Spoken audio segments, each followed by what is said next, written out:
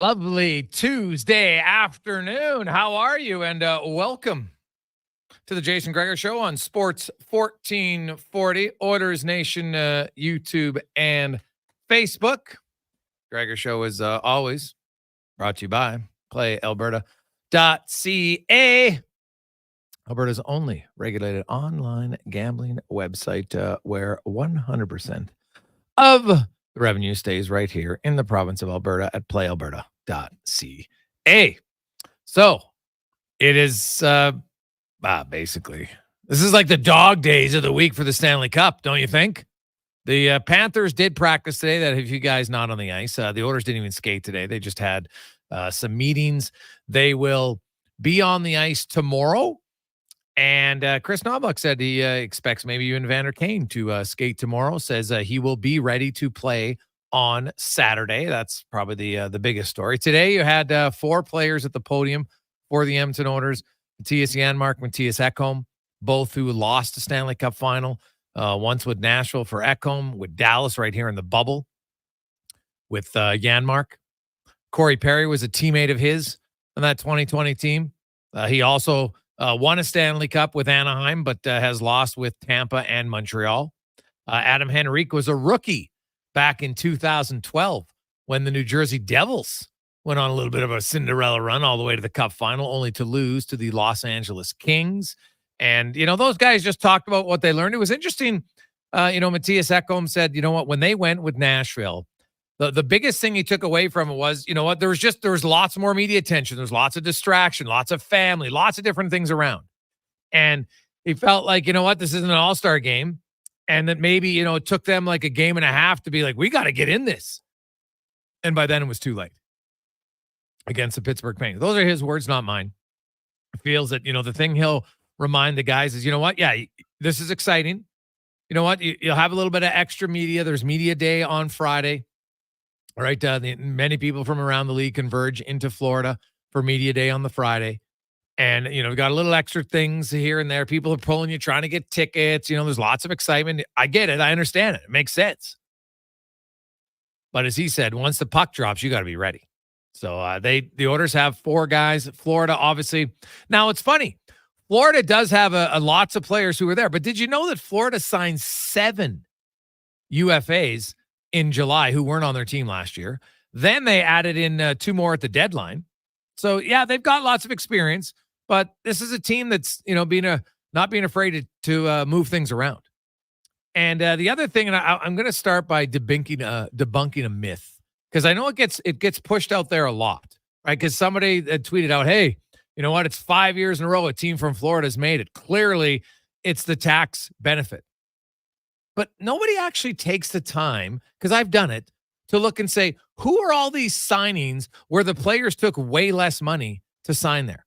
Go back and look at when Hedman signed and when Kucherov signed and when Vasilevsky signed. Go down the list in Tampa Bay. They were all in the top 5 or top 10 at their position. Well, top 10 for forwards among Stamkos. When he signed for $8.5 million, take a huge discount. Vasilevsky, not at all. Second highest paid guy. Now, Hedman's on a long-term deal, and it's worked out. But he wasn't saying, oh, you know what, guys? I'll give you a big benefit. Doesn't happen. How about this? Edmonton's top 5 forwards, top 4 defense, and their goalie. So that's McDavid, Draisaitl, Nugent-Hopkins, Hyman, Kane, Nurse, Ekholm, Bouchard, Ceci, and Skinner. Do you know what their combined salary cap is? $61.4 million. Now you go to Florida. Let's go through their top 5 forwards, 4 defense, and a goalie. So you have Barkov, and you have Tkachuk, and you have Reinhart, and Verhaeghe, and Bennett. And then you got Forsling, and Ekblad, Nico Mikkola, and Montour, and Bobrovsky in goal. So they're 10 guys. You know what their cap is? $63.6 million. Who are the guys? Like, did Barkov take a real big discount? Bobrovsky sure as hell didn't. Right? Ekblad didn't when he signed his deal. Now, his deal ends next season. Right? No one says, geez, Leon Draisaitl took a really good deal because it was tax-free. No. just turned out to be a good deal. That happens. Zach Hyman, pretty good free agent signing, 5.5 mil. Right, so I know it gets repeated lots. And Alan Walsh, the agent, even said, he tweeted out, hey, you get somebody good with CRA and you can have, if you have a proper tax guy, it's going to come out to be the same amount of savings you have if you're playing in a no tax state. That's his job. I'm rather going to listen to him over some people who write about it without even doing the research. Okay? There's no truth to it. I see people, oh, Gregory, don't know what you're talking about. Actually, no, you don't know what you're talking about because you haven't taken 2 seconds to research it. Add the numbers. Okay? Where's this big benefit? So top 10 in Edmonton, 61 mil. Top 10 in Florida, 63 mil. Now, if you want to include even Jack Campbell, then it evens out. Take out Skinner, put in Jack Campbell because it's $2.4 million more. All right? So there you go. There ain't any massive savings. Now, these two teams are actually constructed rather differently. The Oilers have 10 draft picks on their roster. Florida has 3. Now, Kulikov, technically, he was drafted by them, but then he left in 2016, and he's played for 5 other teams, including the Oilers, and then came back as a free agent signing. So he was gone for 7 years, and he came back as a free agent. Technically, he's a draft pick, but I'd probably look at him more as a free agent. Would that be fair? I think it would be. Now, trades, that's where Florida has killed it. You look at their deals. Brandon Montour for a second rounder. Sam Bennett for a few picks. Reinhart. Now you got a first rounder and Devin Levi, and we'll see if Devin Levi turns into the goalie that people think he'll be. We'll see, but either way, it's worked out for the Panthers, right? They had Bobrovsky. It wasn't going anywhere. And they also had Spencer Knight. So they deal Devin Levi. Top pick. Right? So they used some of their top picks in trades. Then, of course, there was the big Kachuk deal. They gave away Huberdeau and Uyghur, 2 draft picks. So they've traded lots of their picks, right? Vincent Trocheck was another one that they eventually dealt away. You know, Huberdeau, big deal. Uyghur, who, by the way, was a 7th rounder, so it turns out to be a pretty good pick. Right? But their draft picks, they've dealt them away to bring people in. Now, the Oilers have done that lately, right? They gave up a first and a former first rounder in Reed Schaefer for Matthias Ekholm. I don't think anybody's complaining about that trade in Edmonton. At least you shouldn't be. Right? Brett Kulak, you gave away a second rounder for him, and all he's been is, as Connor likes to call him, playoff Kulak. He's really good in the postseason. He's actually pretty solid in the regular season. Right? Lane Hudson might turn out to be a player. We'll see. But he wasn't helping the Oilers now. He wouldn't help them last year or the year before. You take that trade all day long. The other trade, Warren Fogle for Ethan Bear. You look at it 3 years later, well, that's still a win for Edmonton. Then there's the Henrique and Carrick deal that, you know what? Hey, if they win the Cup, I don't see how anyone can, even if they don't win the Cup, the trade's worked out. They got to the Stanley Cup final. I don't think you can argue that deal either. I know people were freaking out when Henrique got hurt. Oh, my God, what a terrible trade. Why? Because the GM didn't have a crystal ball to predict that he would sprain his ankle in Game 5 against the Kings. That's a rather unique criticism. Adam Henrique, when he's in the lineup, has been very good. They'll need him. They'll need Kane. It's going to be a hell of a series. But Florida's really kind of made their bread and butter on trades, and then they signed a lot of guys to free agent deals. Now, Bobrovsky was a huge one at 10 mil. Right? Evan Rodrigue, they signed a 4-year deal at 3 mil. Then they signed lots of guys last year on 1-year deals. Right? Oliver Ekman-Larsson. Now, Mikala, they signed for 3 years at 2.5. Solid. And then they just kind of Kevin Stenlund. You know, they fill out a Gadjevich, different guys. Now, their best free agent signing is probably Carter Verhaeghe. And they signed him for $1 million. Remember, he's in Tampa. They're super deep. And he wanted an opportunity to play more. He goes to Florida, and he crushes it. And he turns that 2-year deal into a 3-year deal at 4.4, and then he has 1 year left on that deal. That's been an outstanding free agent signing where you sign the guy low and he just blossomed into the player that he thought he could be. And maybe even that was a bit of surprise. I don't know if anybody thought he would be that good as he's been. Like, that guy is Mr. Clutch in the postseason. So either way, it'll be exciting to see what happens starting on Saturday. We'll hear from Janmark and Corey Perry and Adam Henrique. And Adam Henrique, I didn't know this. Him and Brandon Montour are super close. They have a summer golf tournament together that's been going on for years. And he said, hey, you know what? The great part is when we have that golf tournament, somebody's going to win the Stanley Cup. And that'll be great for all the people who run the tournament because let's be honest, in his words, Brandon and I aren't the reason it's successful. It's all the people who run it back home. So, there's a unique little storyline. Janmark had a funny little tidbit today about his mother who was in town here. He was asked about playing in Canada and the difference. And he says, you know what, like pressure's pressure, but here, obviously, people get excited. When he was in the cup in 2020, it was in a bubble. So, it's a very different experience for him. But his mom was at the game for game 6. And after the game, they drove home, they left the arena. And he said his mom, she videoed the entire car ride home, recorded it. And he said like she was just blown away by, all the cars honking and fans cheering. And because when the players come out of the, when they leave the facility, like the fans are lined up down the street. So, for hours after the game, because it's not like the players are getting out of the game. And, when you win the conference final, the family room was busy. They stayed a lot later. And even then, how many hours after the game, she recorded everything and says, it's a memory she won't forget. So, it's a pretty fun experience to be there. She thought game 6 was crazy. Wait till you get to game 3 of the Stanley Cup final. And you know what? If the Oilers are down 0-2, the crowd's going to be like, well, we got to pump them up. If it's 1-1, they're like, okay, this is great. If they're up 2-0, it'll be just as crazy. I'm not sure there's a scenario where it'll be even louder. They're all going to be loud because it's a Stanley Cup final. And you know what? It'll be fun. So it starts on Saturday. We'll have lots to talk about that coming up today. I know many of you wait for this. I do. It's our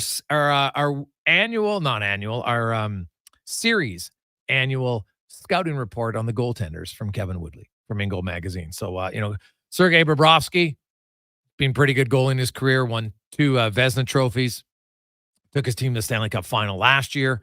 He's had another solid season for the Panthers this year.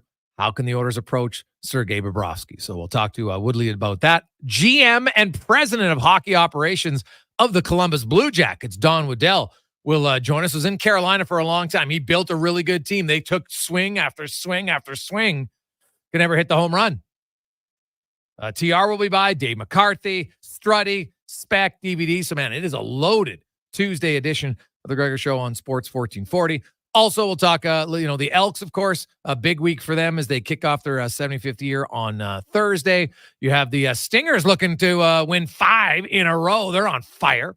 We'll talk about that. The Riverhawks have their home opener coming up this weekend just in time for the weather. So it's kind of nice. They're on the road. So now they'll have that coming up. So, man, it is a busy sporting week in our city. It's going to be awesome. As always, you can text us 833-401-1440, 833-401-1440.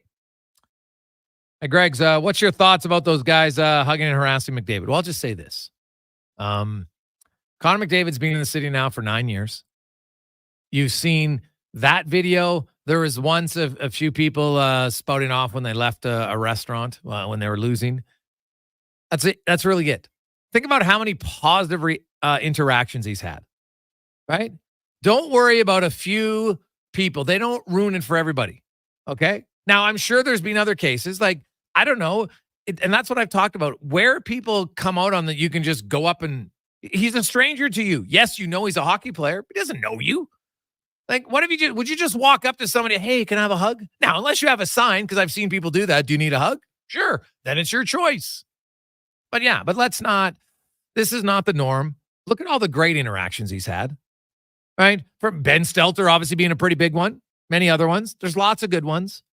I would just say this. If you're somebody who sees that, speak up. Say, hey, man, leave him alone. Give him some space. He doesn't owe you your opportunity to video to try to get some likes, right? It's not what he does. So that's all I'd say about that.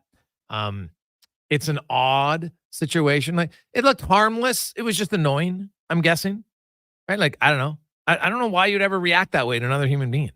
To me, it's just weird. Like, I've always said, I don't love our society's infatuation, with superstars and celebrities. It's kind of weird to me, right? wouldn't walk down the street if you're in LA and you saw an actor and be like, oh my God, and turn my phone on. Like, what? That would never even cross my mind. So now I didn't grow up with a phone. So maybe that's different. So I always have to try to say, hey, is it different? But based on the fact that the majority of the younger generation said, no, this is cringy, to use your terms, then I feel like, you know what? That's fair. I don't think that's the norm with how most people would react. And so that's why, you know what? I wouldn't share it. I wouldn't post it because that just adds fuel to it. And it gives haters an opportunity saying, oh, look, that's why he's going to leave the city. That's not why he's going to leave the city. Okay. Has no big. You're not going to be like, oh, geez, this one time I went to get beer. I had some overzealous human being try to hug me. Like, if that's the worst thing that happens is his time in Edmonton, it's been pretty good. That's a pretty, if that's the worst thing that can happen to you, it's a pretty good life. So that's where I'll leave it at. We'll come to Woodley, Don Waddell on the Gregor Show, presented by PlayAlberta.ca. For a limited time at McDonald's, enjoy the tasty breakfast trio. Your choice of chicken or sausage McMuffin or McGriddles with a hash brown and a small premium roast coffee for $5 plus tax. Available until 11 a.m. at participating McDonald's restaurants. Price excludes delivery. What happens at the ballpark stays at the ballpark. This Saturday, as your Edmonton Riverhawks welcome Elvis, Frank, and the high-flying Cirque-tastic for Viva Las Vegas Night. Get your tickets today to watch the Hawks play at GoHawks.ca.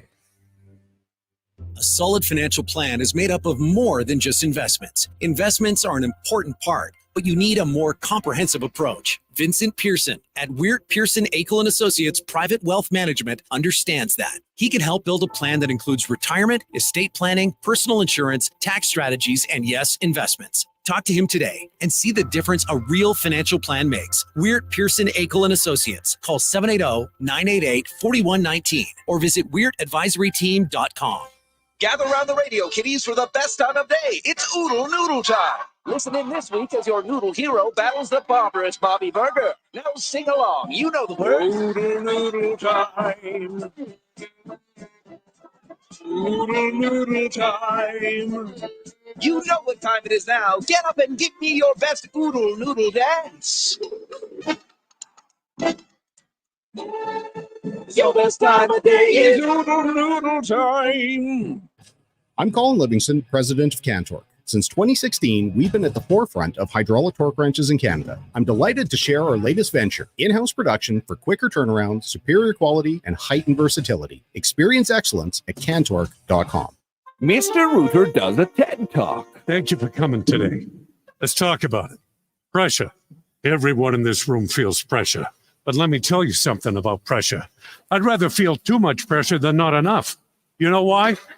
Because low pressure often means you have corroded pipes, impaired water lines, or a calcified shower head. And who needs that? I'm Mr. Ruther, and this has been my TED Talk. For an inspirational plumber, call Mr. Ruther. You got a go-to coffee spot, a trusted barber, even a lucky game day jersey.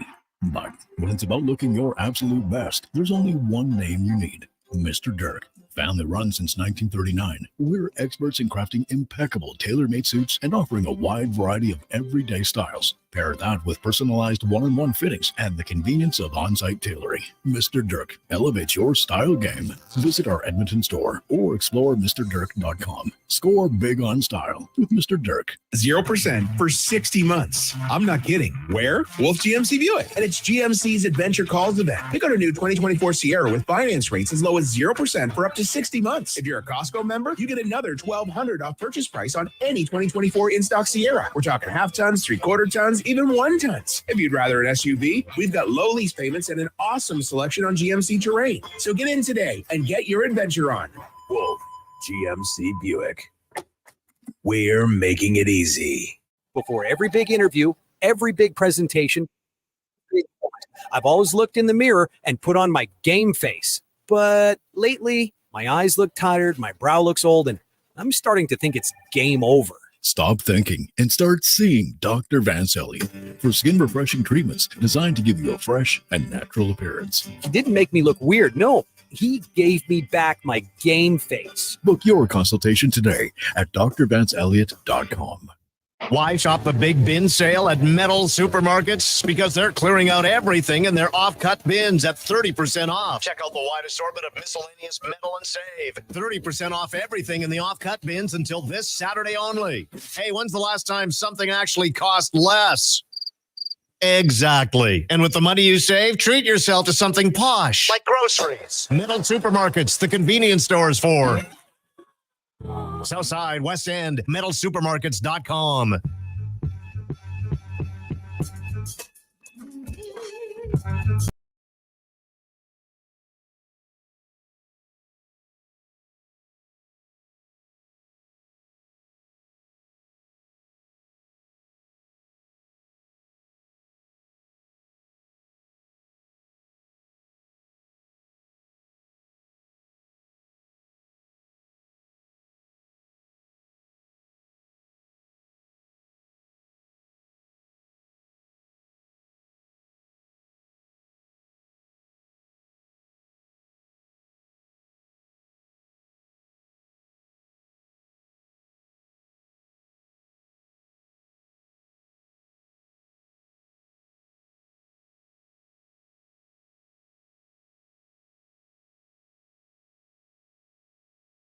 Welcome back, Jason Gregor. Connor Halley with you on Sports 1440, Oilers Nation, YouTube, and Facebook as we go around the NHL. Brought to you by McDonald's, where, hey, stop in right now. You can get the Grimace Shake all summer long. Shake it up. It tastes great, but only at McDonald's. From In Goal Magazine and NHL.com, Kevin Woodley joins us. Woodley, how you doing? Good. Just got back from Minnesota and the first ever USA Hockey National Goaltending Symposium and Expo. 5 days down there. It was excellent. Obviously, we're going to focus on Stanley Cup Finals here today, but I got to say, we gotta revisit this. There's a reason we're seeing American goaltending up there with Russian goaltending in terms of the best in the world. And frankly, when I compare it with firsthand knowledge to what I see going on here in Canada, there's a reason we're falling way behind. Okay, well, we're going to get that's spicy. We'll have to get into that. But let's get to the Stanley Cup Finals and the Oilers and Bobrovsky. That's the big one that fans are always waiting for. The Woodley scouting report, Kev. Hey, Bobrovsky's obviously a very good goalie. He's won 2 Vezinas, but every goalie is susceptible somewhere.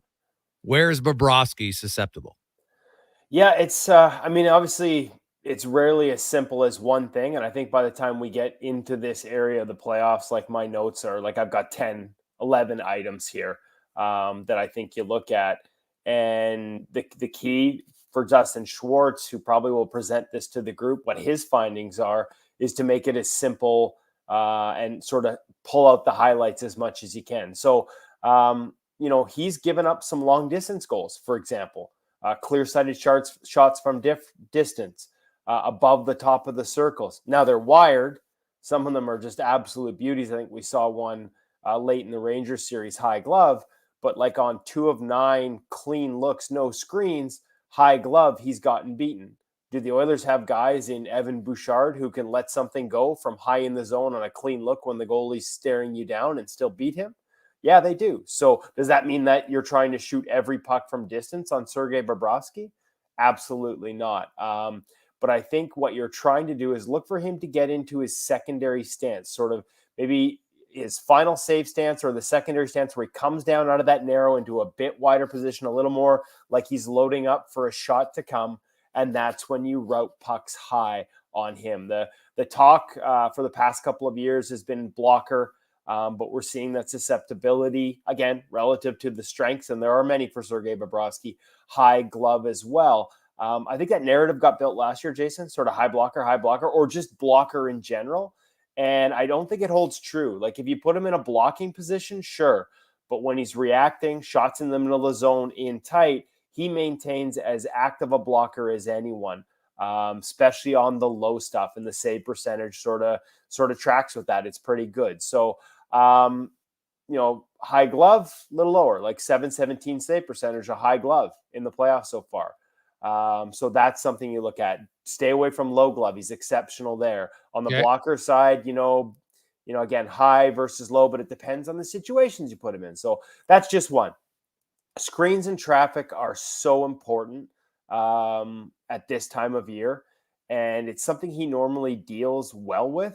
But in the playoffs so far through the first 2 rounds, and I haven't completed my third round tracking. We went a little earlier today than I expected, but I'm halfway through there. Like 5 of 14 in the first round were screens. 3 of 12 in the second round were screens. Like almost 27% in those 2 rounds, which is way above the tracked average. So getting guys into his eyes and forcing him into that lower stance earlier than he'd like, that becomes something you can target. If you see him looking up and over screens, you can look to sneak a puck in along the ice. Hasn't given up a 5-hole goal yet in the playoffs, but of the 100 goals I tracked at the end of the regular season, 17 of them went in 5-hole, and that's a bit of something you can look at. Against the grain after, so one-timers back the other way or against the grain with quick shots, 35% of the regular season goals, and more than 25% in the playoffs. He's so quick. He's so agile that if you can catch him moving one way by shooting the other, that's another thing you look at. Couple more. Active stick. You got to beware. Watch him down around the goal line, Jason. He will cut off passes through the blue ice as well as anyone in the league. So if you're just going to try and filter it through along the ice, there's a chance he blocks it. But if you can get a little sauce on it, get a little elevated, and certainly we know the Oilers have enough skill to do that, that putting the stick down and trying to cut off those passes, if you can skip it over that stick, he's leaning sort of inherently, you're leaning away from where that pass is headed, and you can catch him on one-timer. So if you're going to try those types of plays, you got to get it off the ice in order to have a chance for it to connect. But if you do, you have a better chance of it connecting because he's delayed that movement across by leaning into trying to cut off that pass. And, one more, sorry, I'm just throwing them all out at you here, but getting him wide. We've seen a lot, Jason, sort of contact with Sergei Bobrovsky in the regular season and the playoffs. And some would argue maybe he exaggerates it a little bit. He plays at the top of his crease. And he will get out there. And so you do have to be cognizant that you're not in the blue paint because you will have contact. Make sure that contact is initiated by him and initiated outside of the blue. But as soon as you get that high in the zone, as quick as he is, he doesn't rotate back to his posts on every push, especially if he's squaring up at a shooter, say top of circles. Having tip options outside of him or being able to sort of stretch him wide, that's where you're more likely to get him to push across his crease as opposed to back to a post. And anytime we come across flat as a goaltender, that means we've exposed ourselves between sort of where that push ends and the post. And for him, because he's at the top of his crease, that's a fair amount of distance. So sort of those, we talk about slap passes and tips and things the Canucks look for against the Nashville Predators in the first round. Against Bob, those types of plays work. You can sort of get him stretched out as quick and as explosive as he is laterally. Because those explosive movements aren't always back to the post, you can get him drawn out wide. And you can do the same thing on breakaways. I believe on 17 breakaway chances, he's given up 5. And this can be one-on-one in tight. He's given up 5 already. And again, the key there is to sort of stretch him out wide and then elevate. He'll get a pad there, but the further you stretch him out, the more likely he is to sort of not get back to his post and leave a gap between there and the net that you can expose. Now you mentioned 5 out of 17. Isn't that good? Like he's only allowed 5 goals on 17 breakaways? No, because not all breakaways are created equal. There's various types in here. You've got, your pure breakaway. There's 7 in there, 2 goals. On partials, 3 of 9. It's below expected. Not a ton. It's not terrible. Really? So if he that's stops below expected. If he stops 12 of 17, that's considered not good? Yeah. Believe it or not, it's considered just below average. It's not terrible. Really? And the secret is if you're Dustin Schwartz, and like I've talked about this before, I think Dustin does a great job. We saw the adjustment against Artur Silovs in the second round against the Canucks. And I'll be honest with you, I'm not sure if Edmonton gets past Vancouver if they don't make that adjustment. Look at all the goals that went in from distance. I think Dustin is excellent at this in terms of breaking this down. And so me to say 5 of 17 and tell you that's below expected is one thing. What Dustin will then look at all 17 and see the difference in how they attacked him on the 5 that were successful and find trends in there so that his skilled shooters, when they go in there, they know what to do. Maybe their move works and you don't have to tell them anything. But maybe you've got guys that have an A move or a B move, even if it's in tight on a breakaway. If there's a tendency that they know will work, they might go to that move rather than another one, because they know, for example, that, like I said, the tendency to get spread out. And you think, oh, well, like he's not super big as a goalie, but he's explosive, so I better shoot, not deke. And I would normally say shot over deke is the best way to go on any breakaway, right? Because a shot can go anywhere. A deke goes left or right. Like, that's, as goalies, I talk to goalies in the NHL all the time, and one of their philosophies is, I want to force a deke because it can only go one of two ways. I don't want a shot because it could go high, low, 5-hole, anywhere.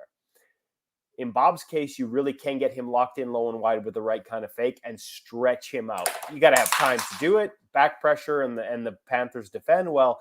But we're seeing that's a trend where a guy like Dustin Schwartz would dig deeper and deeper and make sure it's not just, hey, let's get breakaways, because that seems to be a good way to score on any goalie.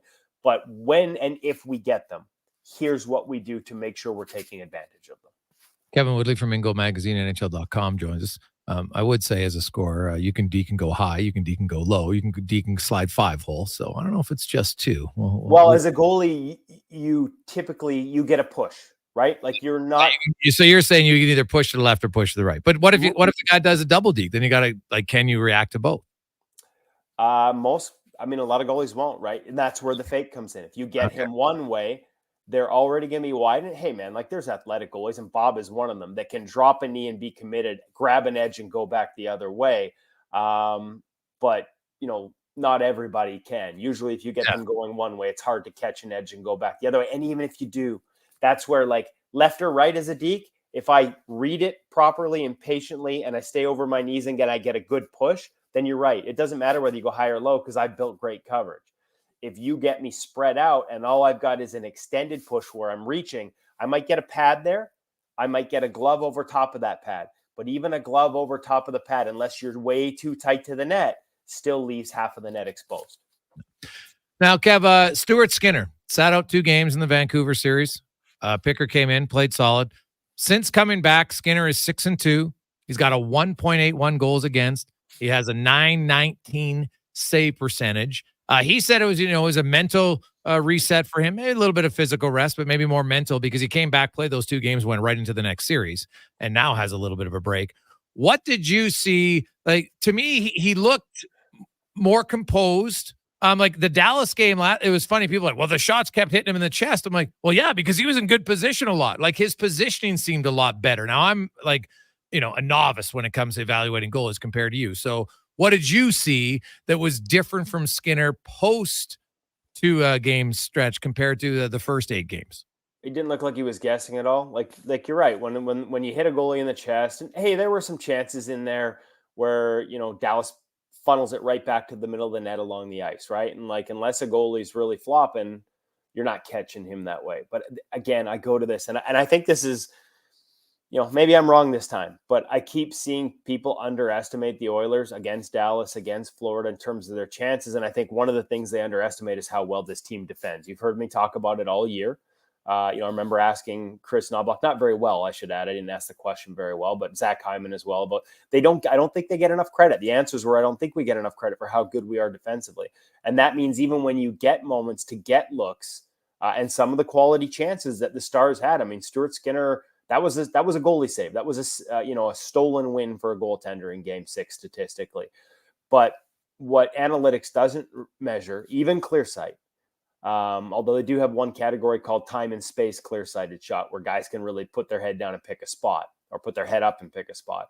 For the most part, you don't measure time and space. Like, how much time does a guy when he gets that puck in the slot off a rebound, can he pick his spot, or has he got a stick or a body on him right away? And I think the Oilers, they've just, from the way they don't give up stuff off the rush to the way they defend around the house, and you look at the size of their defense and the reach of their defense and how well they've managed that under Knobloch, like, they're a really good defensive team. That said, Skinner was full value behind him, and it seems to have gotten more confident. And I think it's in his reads, in his execution. Were there moments? Yeah. Like, I can't remember if you and I talked about the Game 3 goal or not, because I can't remember whether that was before or after our last time as a flat circle in the playoffs.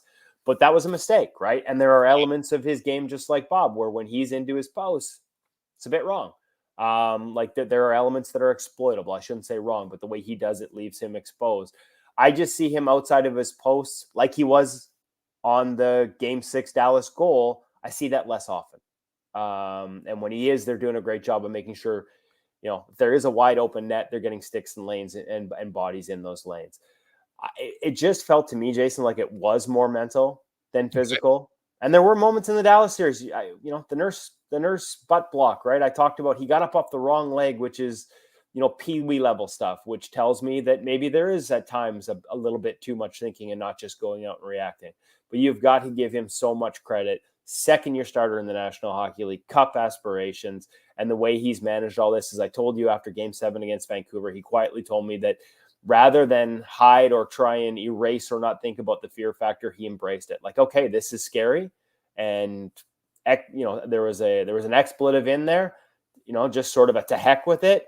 Embrace it and go for it and just face it head on. And that takes a lot. And I think when he's on his game, he's a great first shot goaltender, point to point, in zone, spot to spot. He moves well enough and has such a big frame. And again, I don't think he gets enough credit for the shots that go wide because people look up and see that big body. When it's in position, it just takes away so much of the net. It's just a matter of staying within himself and not chasing the game to the point where his body isn't in the net and guys are tapping it into an open cage. I think that got better after the break. Kev, great stuff, man. It should be a hell of a series, though. We'll be talking about Game 1 with you next week. Have a good one. Yeah, looking forward to it, Jason. Thanks. There you go. That's Kevin Woodley from Ingo Magazine, NHL.com. When we come back, Don Waddell, the new GM of the Columbus Blue Jackets, joins us on the Gregor Show, presented by PlayAlberta.ca.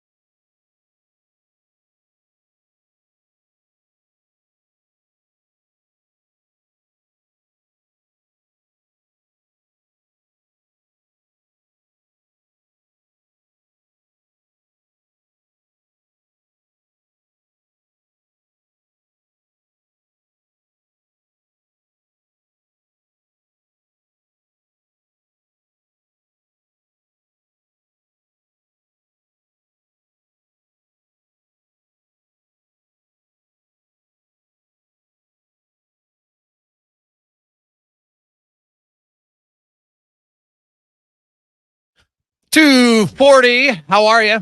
Tuesday afternoon. Jason Gregor Show on Sports 1440, Oilers Nation, YouTube, and Facebook. Hope you're having an awesome day. It's time to get to our big guest of the day, brought to you by Silent Rides Charter Company, one of Alberta's premium bus charter companies with state-of-the-art motor coaches that will safely take you or your group to your next destination. Book your ride today at silentrides.ca. And we've had him on the show many times, but this is the first time as the GM and president of hockey operations of the Columbus Blue Jackets.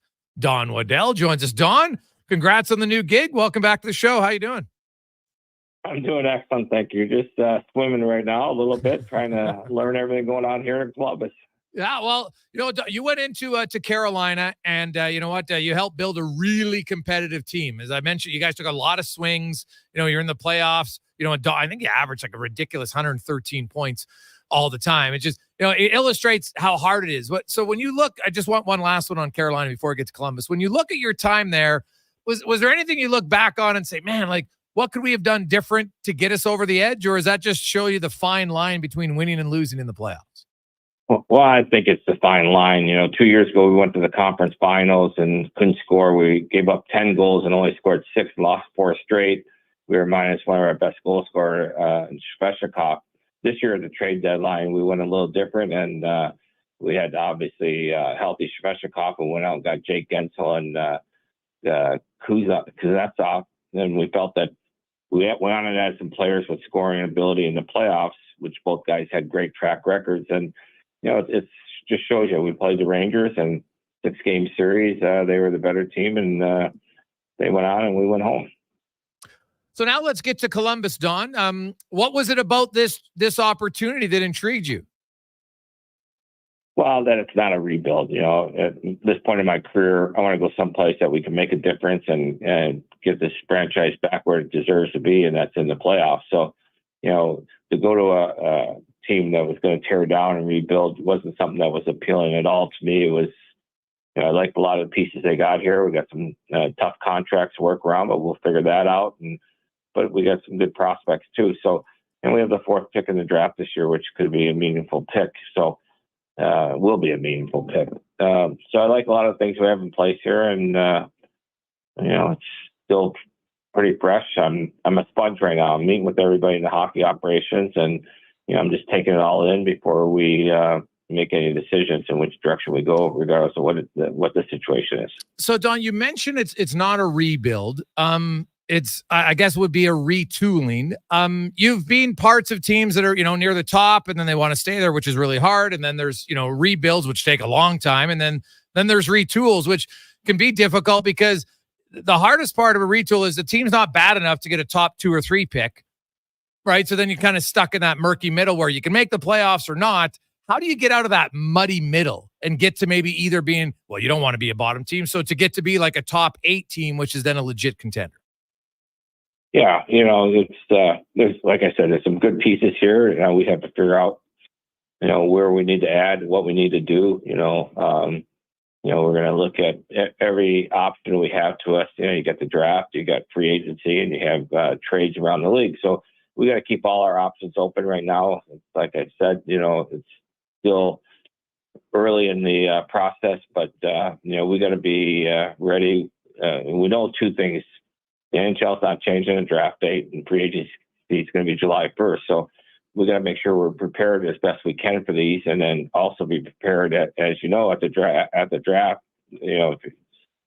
Sometimes a lot of big trades and some other trades made there. So we got to make sure we're prepared for all that, and I'm sure we will be by the time that time comes.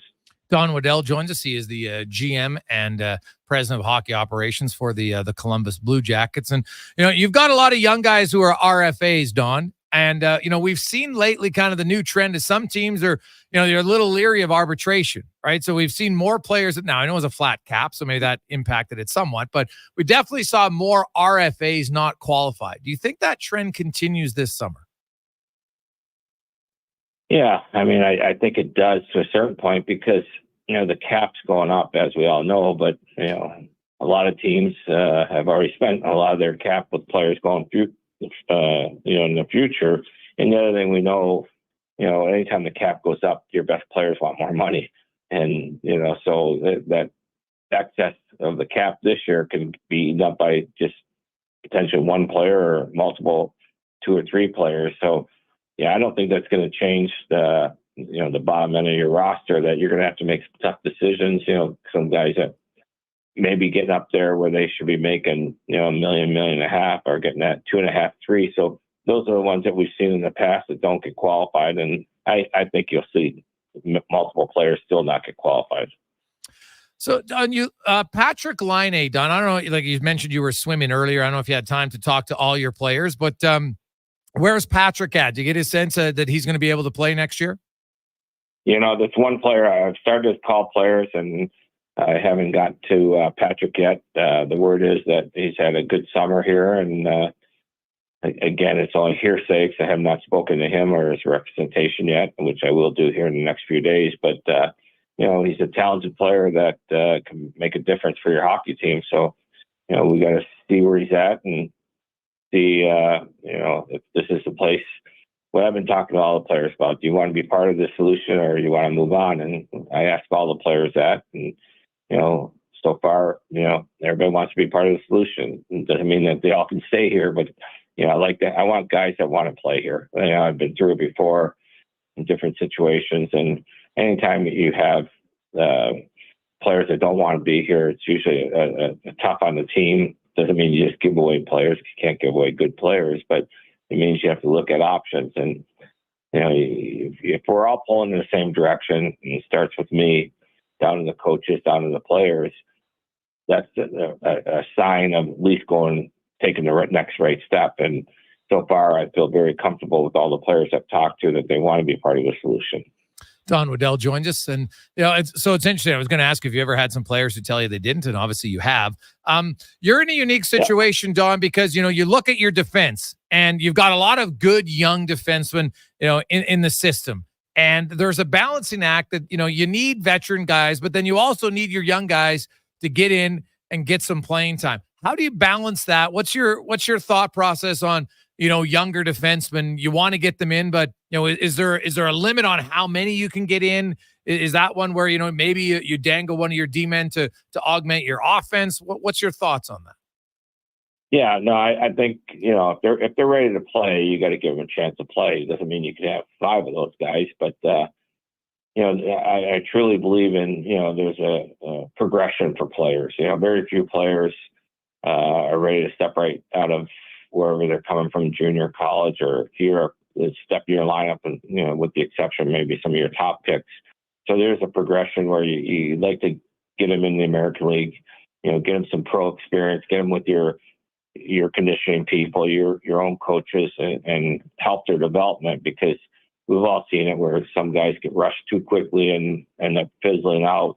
We want to make sure that we do it right. And the important thing there is, as we talk about the cap, you need young players in your lineup. You have to have young players, because you can't go to the free agent market and build your team that way. You can supplement your team, but you can't build your team. You got to have strong development. And if you do it right, I think you can set yourself up for a long run. The one thing I always said in Carolina is we didn't want to be a one and done team. And, we went 6 straight years in the playoffs and made the conference finals a few times.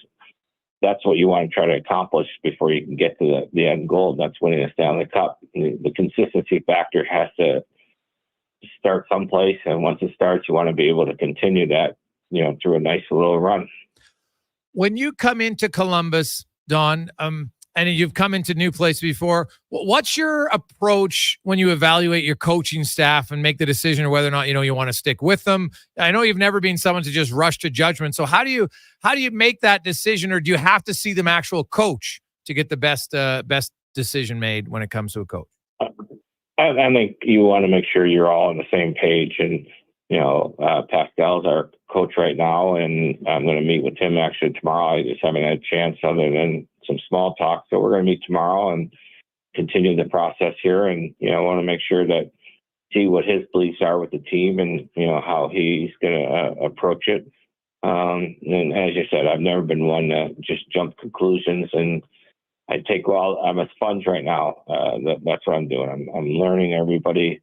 I got, lots of opinions, but at the end of the day, opinions are great.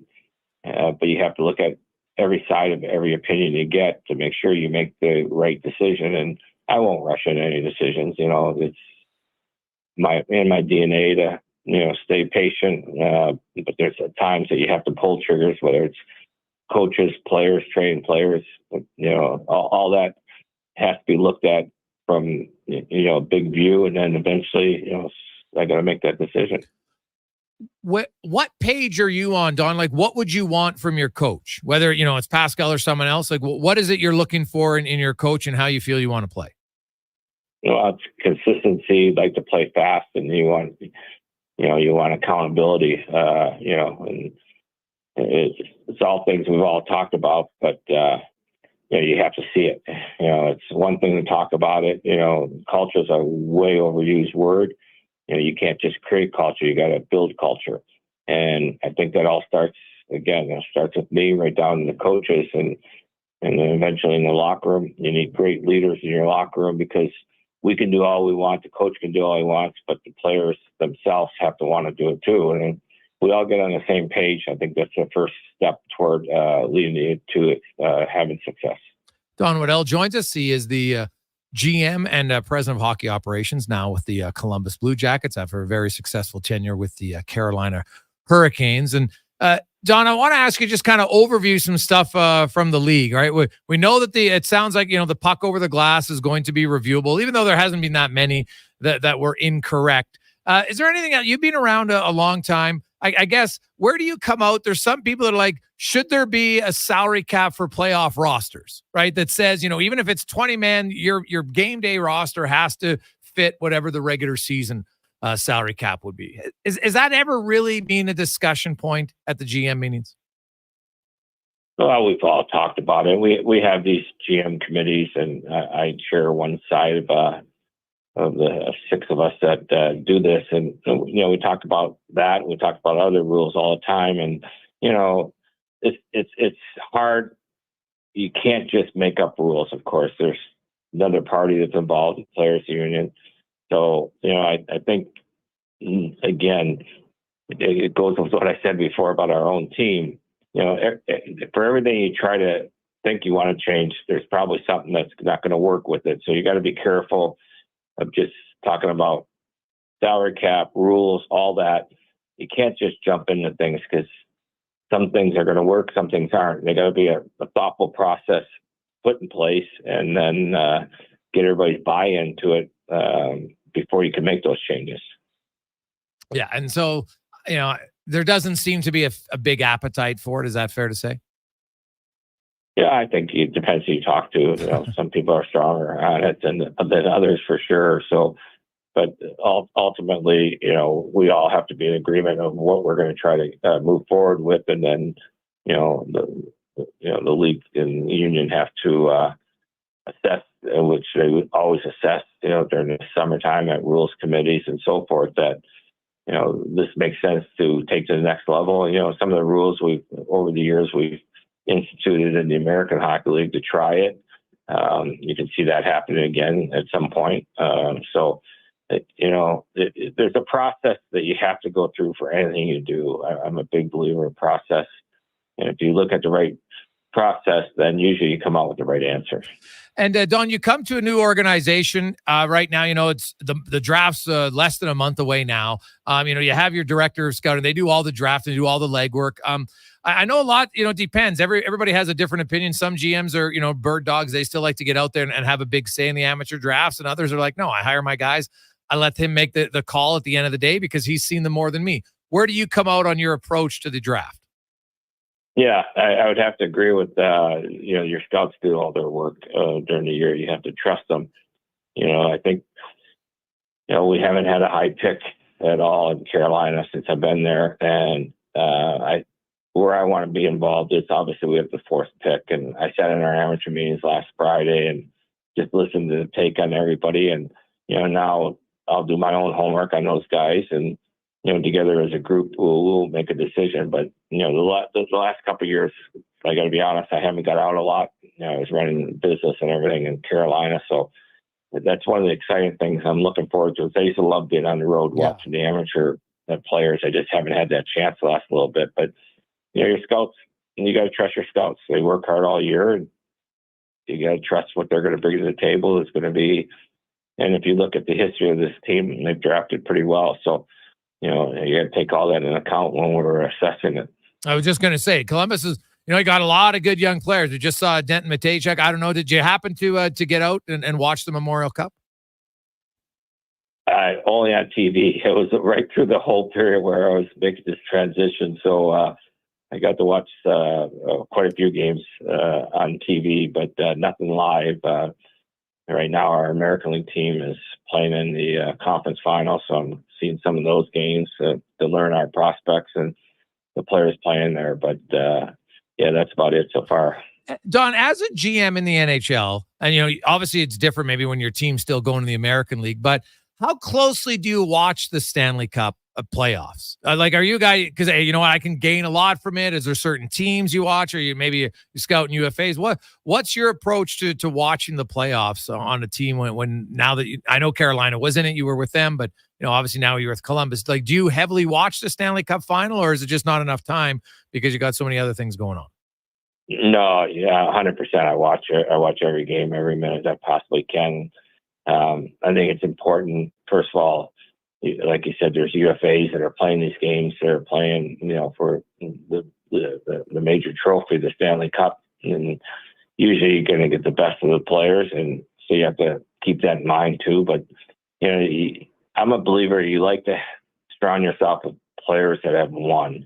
I think winning breeds winning. And once you've won, I don't care what level it is, Stanley Cup, the Calder Cup, Memorial Cup, any of those once you win, there's nothing like coming second. So you like to surround yourself with players that have been there. And so watching all these games, I always think every night you learn something. Sometimes, I got to be honest, I get caught up as a fan because I love the game. But you try to separate that at times and try to focus on individual players. Who do you like in the Cup final? No, I knew you were going to ask me that. It's going to be exciting. You got a high offensive team against a team that is pretty deep in their lineup in Florida, and so I'll say this: I don't think it's going to be a short series. I think it's going to be a long series, and I think you're going to have some good swings in the games. Just knowing both teams, and obviously both teams are well prepared, very well coached on both ends. So it's going to be an interesting finals. Don, it's always great to catch up with you. Congratulations on the new gig, and look forward to seeing you at the draft later this month. You got it. Always a pleasure being with you. Thank you very much. There you go. That is Don Waddell. One really good guy, man. He's been around for so long. He's one of those guys you bump into at the draft, and accidentally a few times, you're walking through a lobby and you see him, you have a chat, and had a beer with him. I want to say probably 4 years ago. I was sitting there. Well, actually, I was in the airport and I was waiting. He was waiting. He ended up sitting right beside me, so we chatted for about 45 minutes. And he's a really good guy, man. He's got some great stories because he's been around for such a long time and different insights into teams that he's been on. And you know what? I like his honesty. Hey, you know what? We're not a rebuild in Columbus. Now they have the 4th overall pick, so you want to retool, but it doesn't sound like they're going to be a team. They're not going full Chicago here. Don't expect them to be moving off. I think they're a team that's going to try to be a player at the and Waddell has a history. He's not afraid to take big swings for trades. So Columbus is an interesting team for me to watch. I'm very curious what he's going to do. We'd heard some rumblings of people thought that Vincent was kind of similar to, Babcock's approach and didn't necessarily work in Columbus. So, I'm curious to see, will he be patient or will he possibly, look for a new coach? So that's something we'll find out here in the next, probably the next month, I would think. So there you have it. That's Don Waddell, the GM and president of hockey operations for the Columbus Blue Jackets. We had Woodley earlier. What a great first hour, man. Lots of hockey talk. Oh, we'll get to the con man and a sports 1440 update. We got Struddy coming up. TR will be joining us as well. But first, the con man sports 1440 update brought to you by Booster Juice, where you can try the Booster mixers. They are the perfect summer sippers for those warm summer days. Download the Boosters Reward app and order one today. This is the Sports 1440 update. Joe Pavelski says he has no plans to play any more in the NHL after 1,533 career games over 18 season. Pavelski, who just wrapped up his 5th season with the Stars and turns 40 next month, since he was still decompressing and still going through the emotion that come with the end of the season. San Diego Padres infielder Chiquipita Marcano was banned from baseball for life earlier today for betting on the sport. 4 others were suspended for 1 year by Major League Baseball. MLB said Marcano placed 387 baseball bets totaling over $150,000 in October 2022 from last July through November with a legal sports book. He became the first active player in a century to be banned for life due to gambling.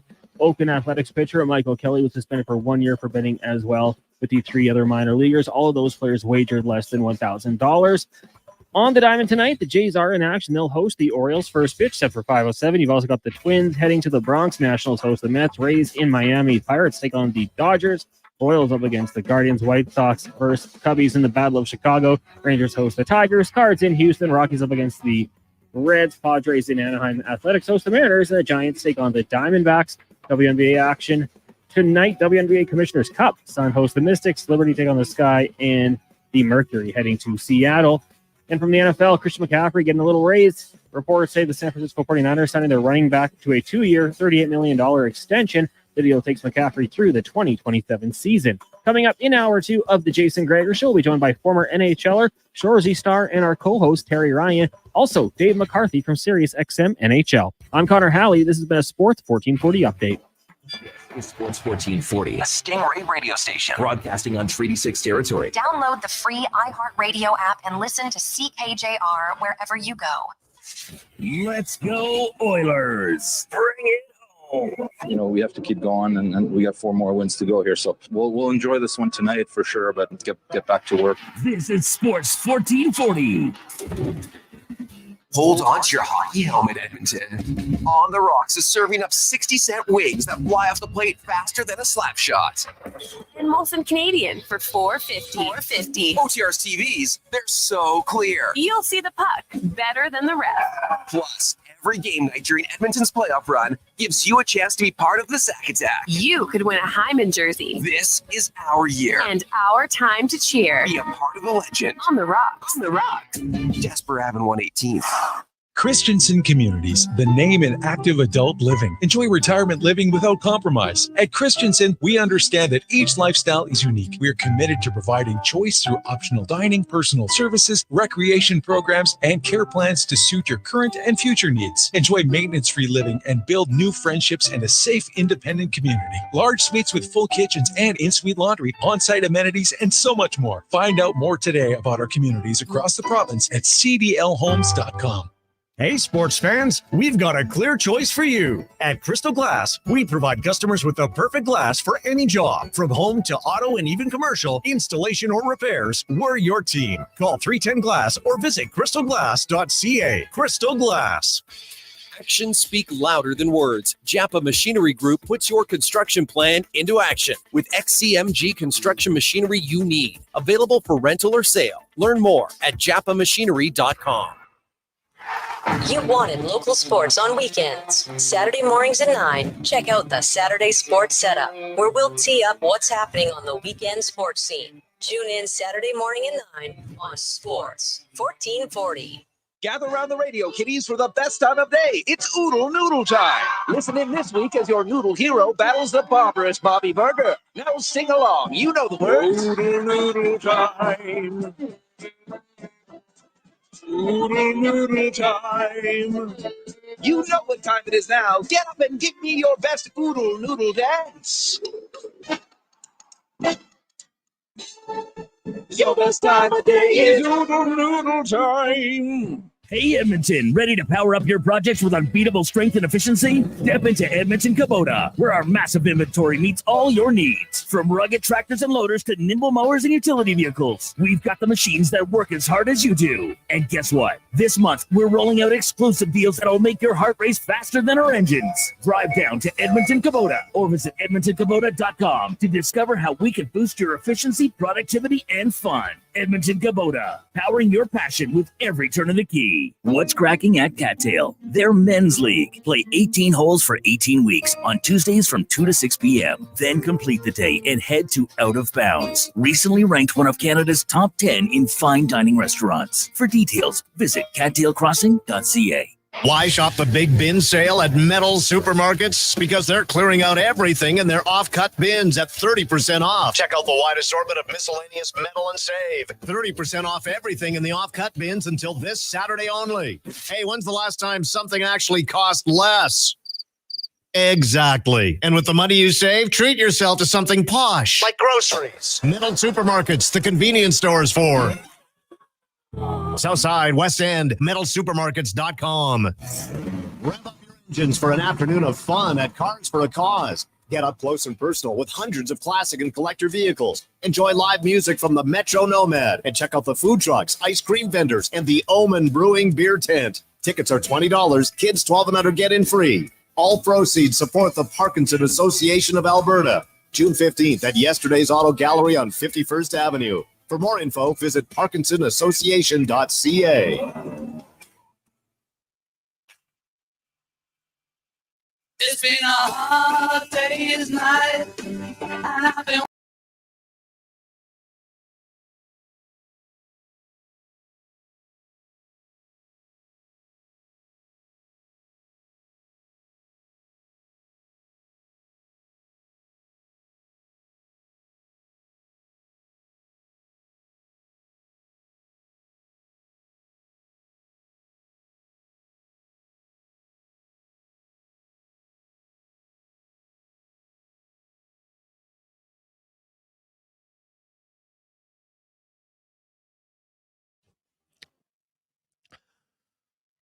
Just after 3 o'clock, welcome back. Tuesday edition. The Gregor Show on Sports 1440. You're inching closer every minute to game one on Saturday. Welcome back. It's always presented by playalberta.ca, where you can get in the game.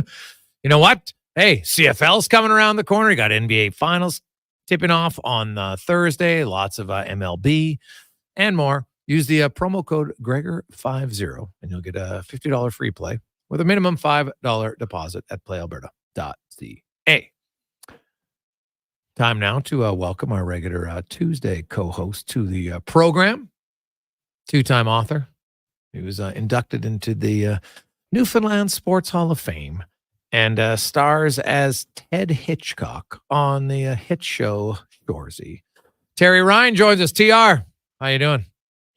I'm doing great. How are you doing? I mean, what a vibe in Edmonton, man. I'm so excited. Just I mean, people over here are excited. I can't imagine what it's like out there. I mean, I saw the other night after the game. It was just it was a celebration of hockey, positive vibes, just awesome.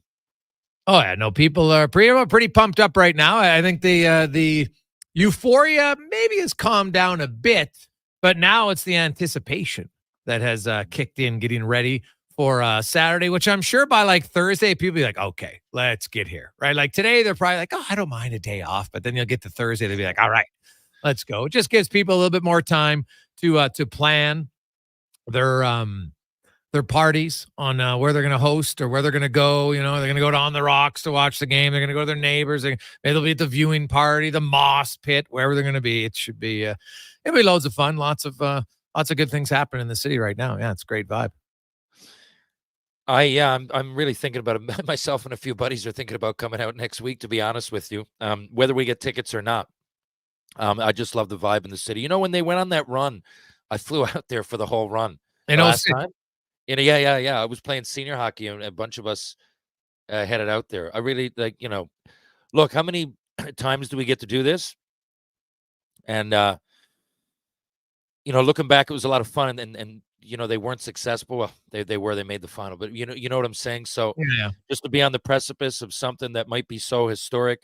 And I really do I find that, it's a celebration of hockey. And I find, even when people argue about hockey and it's polarizing, everything from a Jacob Trouba hit to, how good is Connor McDavid to what's Matthew Tkachuk going to do. Everybody's going to have these opinions. But if there's one thing that I love in this crazy world right now is that it's very often not political. You know, you're a hockey fan one way or the other, and you can spend time with hockey fans. I was just in Moncton this weekend, and there was a vibe. Everybody was talking about the Edmonton Oilers, and they were giving their memories. I was there with a bunch of literally hockey heroes, and that people were paying to come see, and I was hearing they all seem to share a story. Lots of ex-Oilers. Mike Krusniewski was telling me some awesome stories, and then Brian Scrudlin was there, who scored the quickest goal.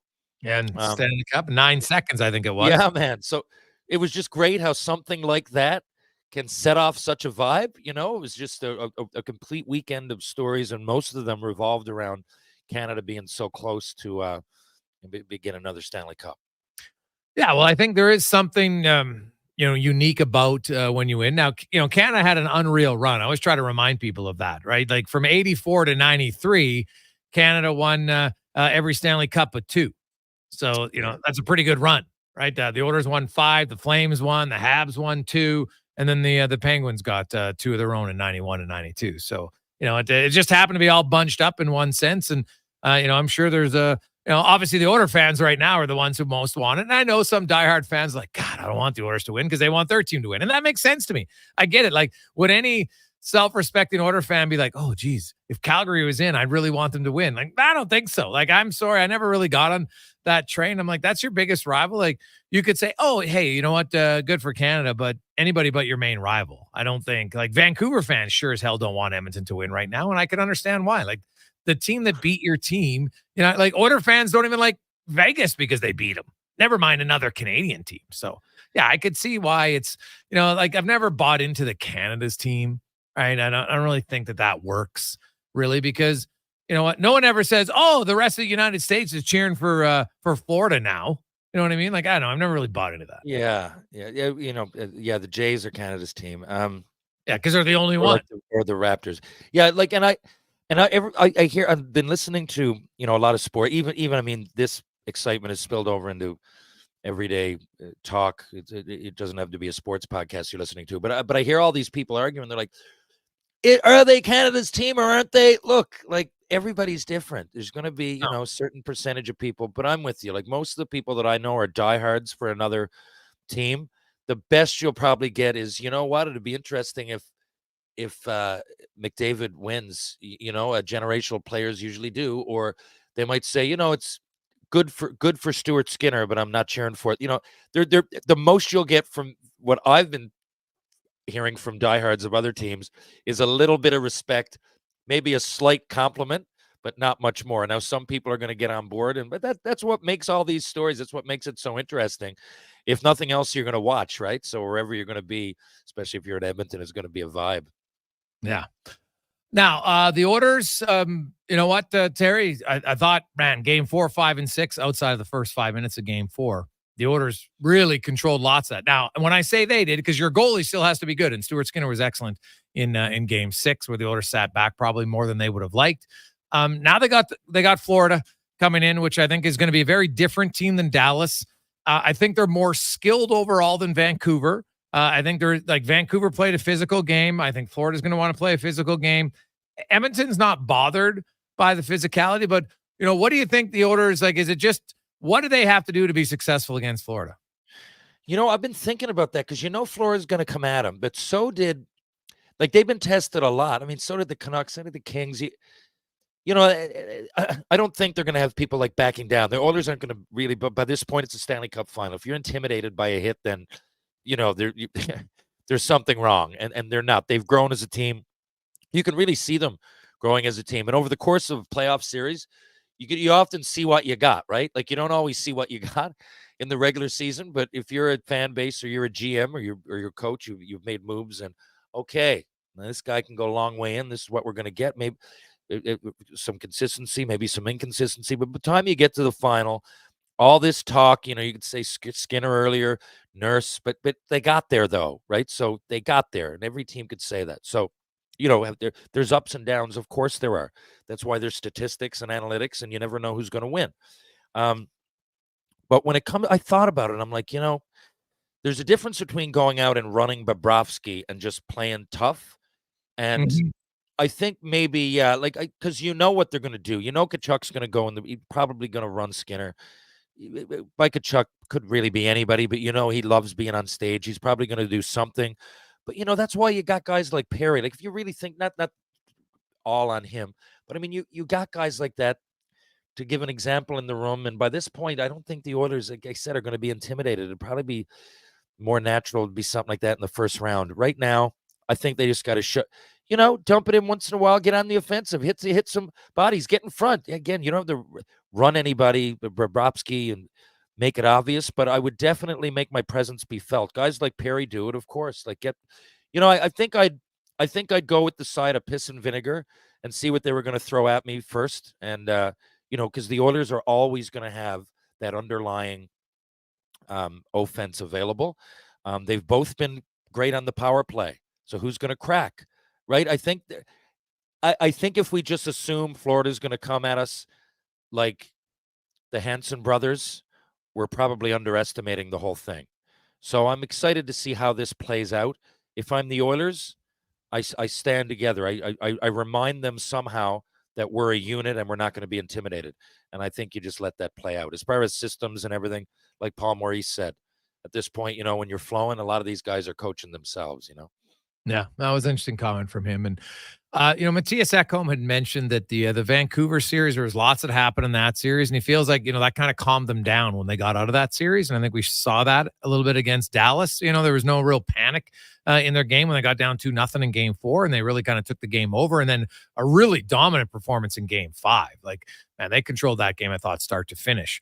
Game 6, obviously, Stuart Skinner came up big. And that's going to be huge for his confidence. And so the one question I have is Florida is definitely the most physical forward group. Vancouver had some guys, Dakota Joshua and others for sure, but I think Florida 1 through 12 is the most physical forward group they face. Do you play Philip Broberg over Desharnais, or do you go with Desharnais back, or do you think it's Broberg to start and then we'll see how the series goes? What do you think they do on the back end? Because they've shown they're not afraid to change guys out. And Knobloch even mentioned it today that, he just wants the guys who are playing well.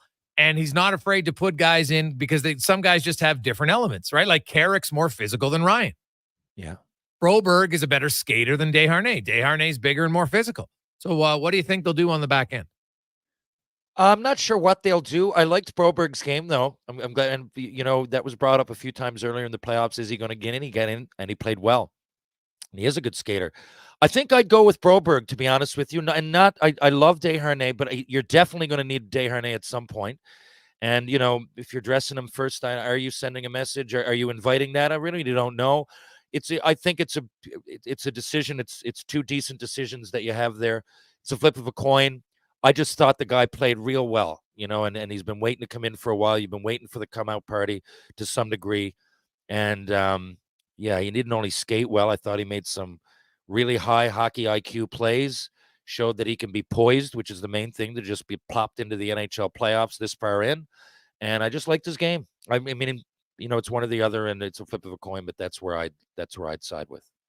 Jason Gregor, Terry Ryan with you on Sports 1440. We got Dave McCarthy coming up. Also, Struddy will be by a little bit later on. Lots of texts flying in at 833-401-1440 in our inbox, 833-401-1440. McCarthy is next on The Gregor Show, presented by PlayAlberta.ca. It's time to bring the Stanley Cup back to Canada for the first time since 1993. Let's go, Oilers. Bring it home. This is Sports 1440. The playoffs are wild. We all know that. And this year, Play Alberta is making it even wilder. Make a deposit with promo code Gregor50 to snag a $50 free sports bet with your next deposit. Get ready for unbeatable promotions throughout the playoffs with 10+ odds boost on every Oilers playoff game. Score a chance to win a pair of lower bowl or even exclusive sweet tickets for an Oilers playoff game just by making a bet on an Oilers playoff game at playalberta.ca. Bonus terms and conditions apply.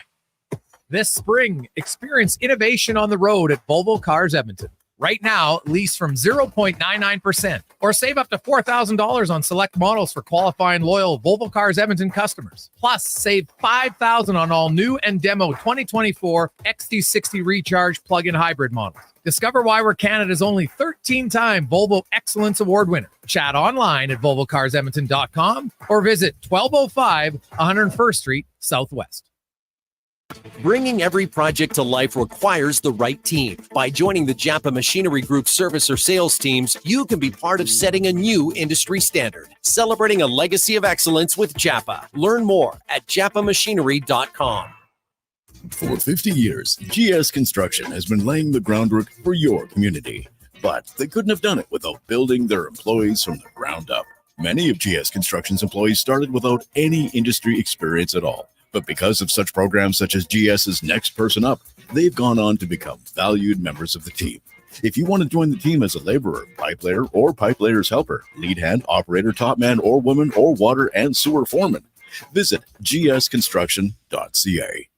For a limited time at McDonald's, enjoy the tasty breakfast trio. Your choice of chicken or sausage McMuffin or McGriddles with a hash brown and a small premium roast coffee for $5 plus tax. Available until 11 a.m. at participating McDonald's restaurants. Price excludes delivery. A solid financial plan is made up of more than just investments. Investments are an important part, but you need a more comprehensive approach. Roger Weird at Weird Pearson Akel & Associates Private Wealth Management understands that. He can help build a plan that includes retirement, estate planning, personal insurance, tax strategies, and yes, investments. Talk to him today and see the difference a real financial plan makes. Weird Pearson Akel & Associates. Call 780-988-4119 or visit weirdadvisoryteam.com. Hold on to your hockey helmet, Edmonton. On the Rocks is serving up 60-cent wings that fly off the plate faster than a slap shot. And Molson Canadian for $4.50. OTR's TVs, they're so clear. You'll see the puck better than the ref. Plus, every game night during Edmonton's playoff run gives you a chance to be part of the Sack Attack. You could win a Hyman jersey. This is our year. And our time to cheer. Be a part of the legend. On the Rocks. On the Rocks. Jasper Ave 118th.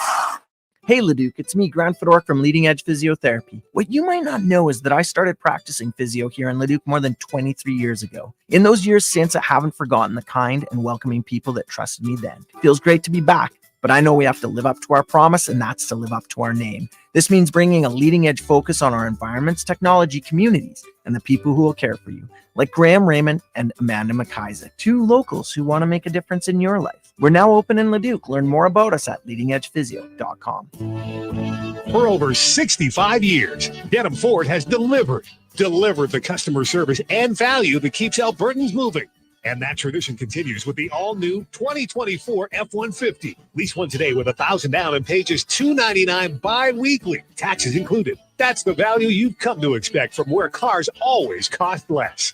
The F-150 $299 driveway lease, only at Denham Ford in Wetaskiwin or at denhamford.ca.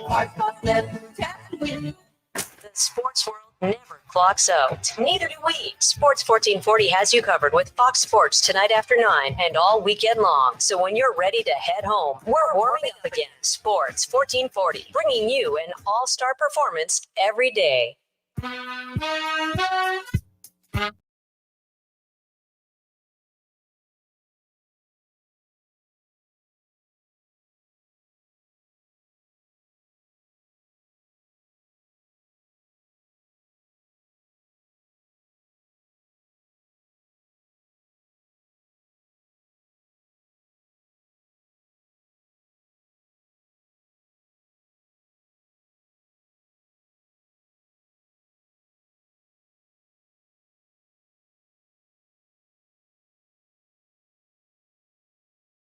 $25.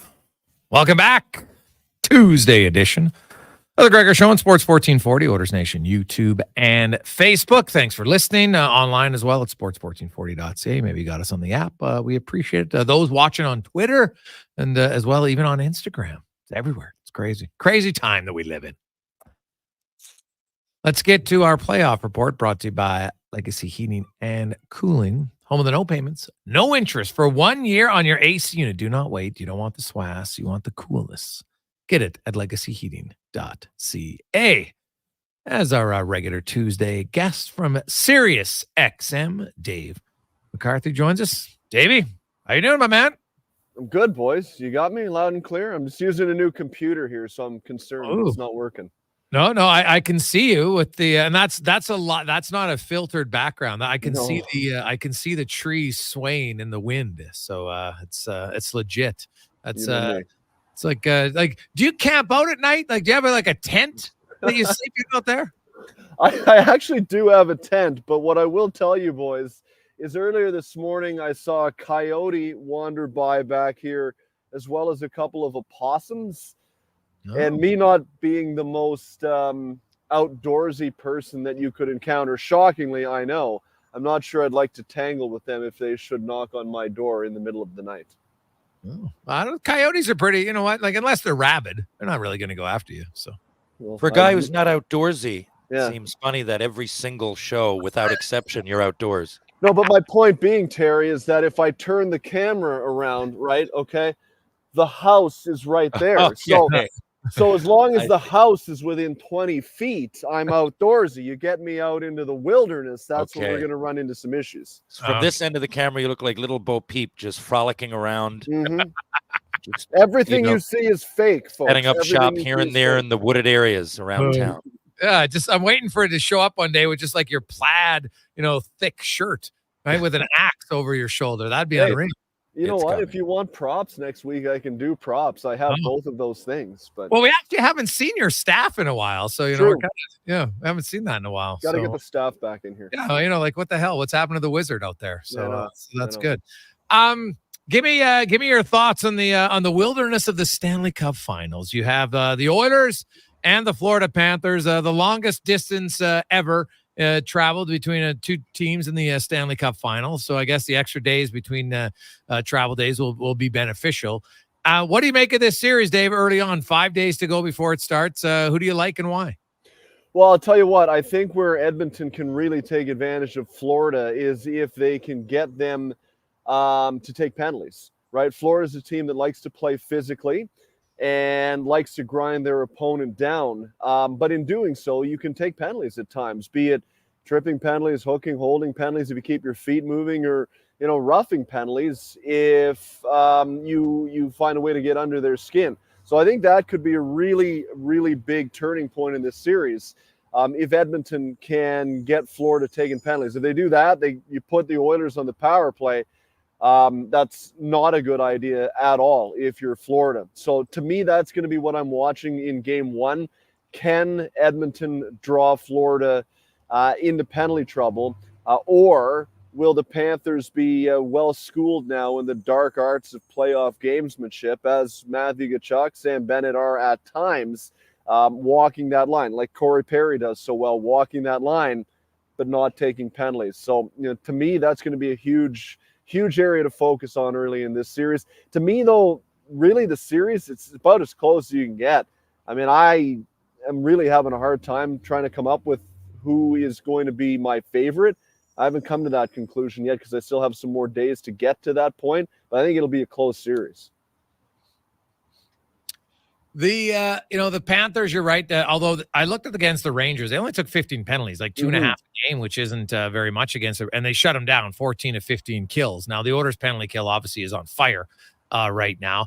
I look at the matchups, Dave, and Barkov versus McDavid, Bennett versus his line with Tkachuk versus Draisaitl. And I wonder then if we see a possible change from Knobloch where he puts Kane back with Draisaitl, similar to what Woodcroft did in 2022, where he put Kane up against Tkachuk to kind of, tone him down a bit. I know Kane's banged up, and I know it's 2 years later, but what do you make of that? Do you think, he'll stick with Perry and McLeod, or does he put Kane back with Draisaitl? What would you do? Well, I would put, I don't think you can play Corey Perry against Matthew Tkachuk just because I don't think he can keep up from a foot speed standpoint. So that would concern me. But I would like to try and find an antidote, a tonic, if you will, to Matthew Tkachuk, and that's Evander Kane. If he wants to be successful, if he wants to be a factor in this series, he's got to be willing to go down that road and essentially get after Matthew Tkachuk blow by blow, so to speak. that's how Evander Kane can really have an impact in this series. Now, as you said, he's banged up. We'll get a better understanding as the week wears on where he's at.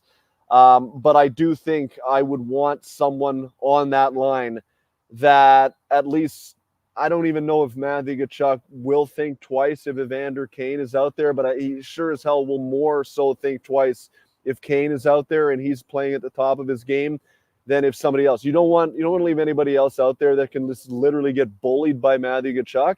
And I think Evander Kane can match him blow by blow, so to speak. So I would go down that road. But look, Corey Perry did a really good job playing up the lineup. I'm just concerned about his foot speed, because one of the things that the Panthers all do real well, especially up their lineup and really throughout, they all skate very well. And you don't want to get him out in a position where he gets taken advantage of.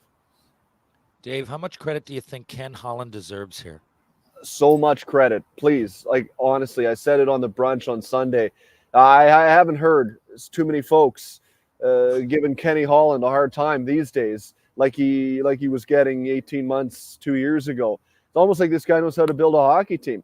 No general manager is going to make a perfect move every time he consummates a transaction. But you look at what he has done over his time here.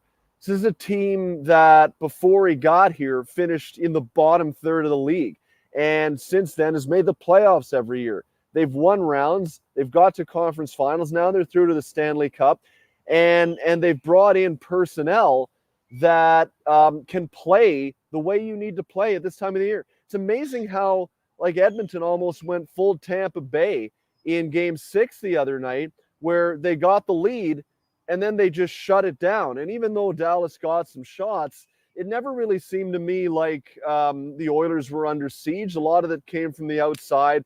They were really structured, I thought. So, he brought in Matthias Ekholm last year. That, to me, was like a trade for two players, because you got Ekholm, and it turned Evan Bouchard from a guy that seemed to be wandering in the wilderness, so to speak, into a guy that maybe next year, if he keeps it up, will be getting Norris Trophy consideration. He's played that well during the playoffs. He's brought in guys down the lineup that have made significant impacts. Connor Brown didn't play very well during the year, but my goodness, I thought in the conference finals he was excellent and a real big part of that penalty kill, as you pointed out, Jason, that's been so efficient of late.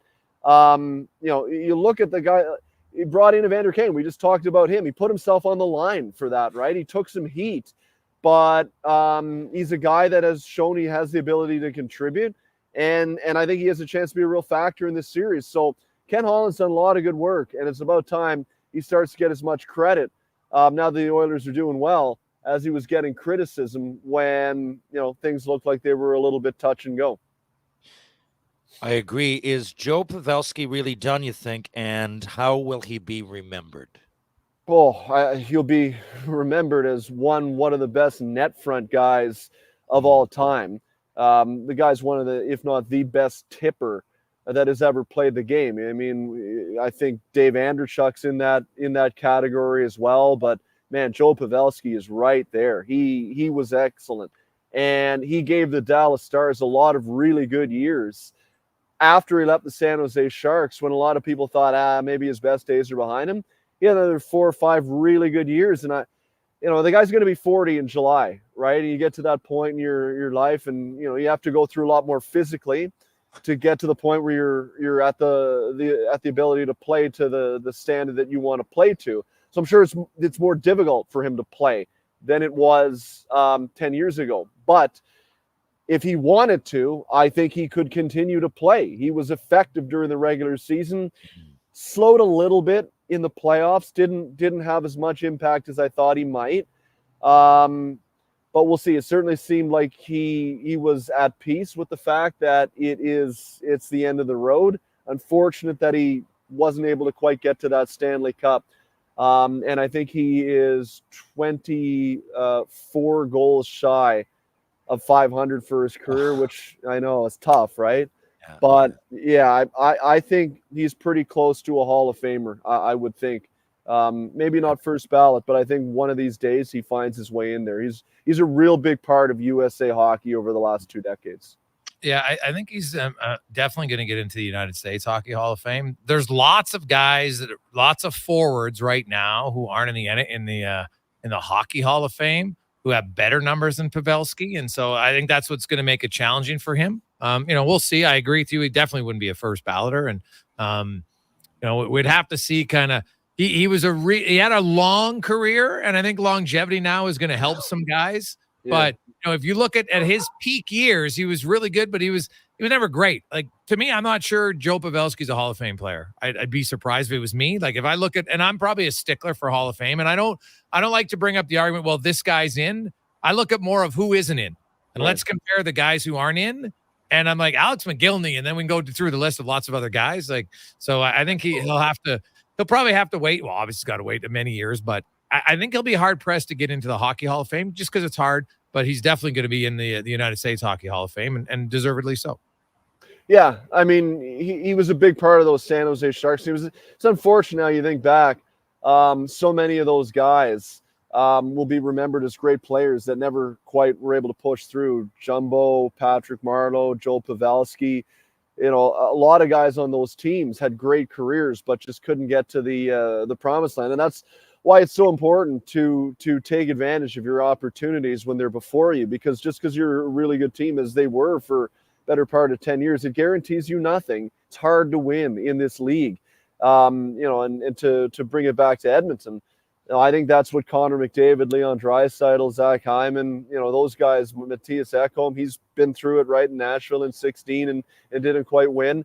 You got to take advantage of these chances, because just because you're as good a team as they are, there is no guarantee that you get back for another chance to win a cup. Yeah, no, it's very true. Davey, one last one. We had Don Waddell on earlier today, and he's always a really great guest to have on. And awesome. Said, hey, we're not in a rebuild. We're looking to retool. He's going to look at everything. He's meeting with Pascal Vincent here tomorrow, I think he said. And, kind of wants to find out what his page is. He wants to be a team that has lots of consistency, which I think kind of bodes with what we've seen from Rod Brindamore, but also a team that plays fast and aggressive. Do you think he'll stick with Pascal Vincent, or do you think we're going to see a new coach? It's a tough question. I think where Columbus is at right now is they've got a lot of pieces that I think the future looks or could be bright/brighter. They'll get another piece again this year in the draft. It's so unfortunate that it didn't work out with Mike Babcock, because what he does really well, say what you will about Babs, is they remind me a lot of where the Leafs were when Babs took over in 15, whatever it was. They had a lot of pieces. It was just there was no cohesiveness with the group. And as soon as he came in, and that after that first year, 16, 17, when they got those young players that came into the league, Matthews, Marner, Nylander, Hyman, Brown, and they still had the Kadris and the Bozaks and the JVRs, the Morgan Rileys and the Jake Gardners. He really got a lot out of that team and put in place a structure that worked. And what I see in Columbus is that they've got a lot of quality pieces, but it's all aimless, right? Like it never amounts to anything. So, man, I hate calling for people's jobs, but Pascal Vincent was dealt a tough hand last year, right? When he was thrown in with basically no experience and no warning, and had to put something together at the last minute. Look, Jared Bednar's been through it in Colorado, right? When Patrick Waugh pulled the chute at the last minute. And that year didn't go very well for Jared, and they stuck with him, and he's turned into one of the preeminent coaches in the league. But he was a head coach, right? And had success at the American League level and at the East Coast Hockey League level.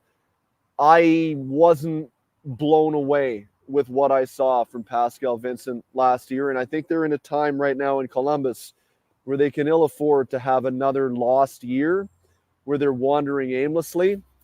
There are some coaches out there that have past history and experience. And I think experience is something they could use in Columbus right now. So you wonder, does a Todd McClellan become an interesting name or somebody like that? I like Todd McClellan. I think he's a really good coach. And I think he's at the point in his career now where he's able to make some decisions that may not be the popular ones, but he's confident enough in his ability and where he's at in his career. He doesn't need the money. He's not really looking for his next job. He can make those decisions that need to be made, and he can put a structure in place. So if it were me, I'd opt for a guy that has a lot more experience in that role. Davey, great stuff, man. We will chat with you next Tuesday. There'll be 2 games into the Stanley Cup final, so we'll have lots to discuss. All right, boys. Looking forward to it. There you go. That's Dave McCarthy. Somebody. Sirius XM. Join Dave on his show every Sunday. And he's also doing the ice caps, works late night. He's also, I think, working during the day right now at Sirius. He's all over the place. But not always from the backyard, though. Not always from the backyard. We got lots of texts to get to on the Oilers. Some good questions. We'll get to those. We got Ryan's rant, Terry's tales coming up, Struddy, DVD, and much, much more on a busy Tuesday edition of the Gregor Show presented by PlayAlberta.ca. Summer brighter days can make you crave something to sip. Booster Juice is busting out booster mixers, the summer fixers. Cold, tasty sippers in 5 vibrant varieties. The Mango Teaser, Berry Teaser, Almighty Acai, Game Set Matcha, and Oranges and Cream. Try all 5 and brighten your day a sip at a time. And try the Cookies and Cream Booster Ball, the yummy little bundle of almond butter, maple syrup, coconut, and gluten-free cookies. Visit a Booster Juice near you today or download the Booster Rewards app. Christensen Communities, the name in active adult living. Enjoy retirement living without compromise. At Christensen, we understand that each lifestyle is unique. We are committed to providing choice through optional dining, personal services, recreation programs, and care plans to suit your current and future needs. Enjoy maintenance-free living and build new friendships in a safe, independent community. Large suites with full kitchens and in-suite laundry, on-site amenities, and so much more. Find out more today about our communities across the province at cdlhomes.com. There's still time to book your tournament at the Ranch Golf and Country Club. As one of Alberta's top tourney courses, the Ranch makes hosting fun and easy for any group or business. No matter how unique or unusual, they'll accommodate your vision for an event no one will soon forget. Start planning your tournament today at their beautifully landscaped course on the outskirts of West Edmonton. On-site event coordinators are here to help, but hurry, availability is limited and booking fast. Visit theranchgolf.com. Hey Edmonton, ready to power up your projects with unbeatable strength and efficiency? Step into Edmonton Kubota, where our massive inventory meets all your needs. From rugged tractors and loaders to nimble mowers and utility vehicles, we've got the machines that work as hard as you do. And guess what? This month, we're rolling out exclusive deals that'll make your heart race faster than our engines. Drive down to Edmonton Kubota or visit EdmontonKubota.com to discover how we can boost your efficiency, productivity, and fun. Edmonton Kubota, powering your passion with every turn of the key. You got a go-to coffee spot, a trusted barber, even a lucky game day jersey.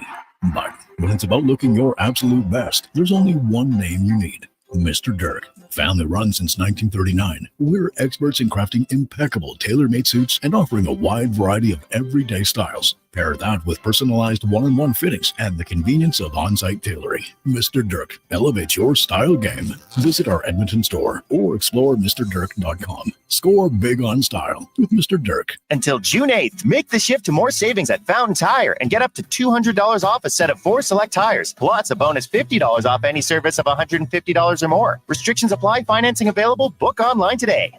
I can tell by the look on your face you're thinking about it. The job isn't done until the last load is hauled, and having a semi-trailer out of commission is not an option.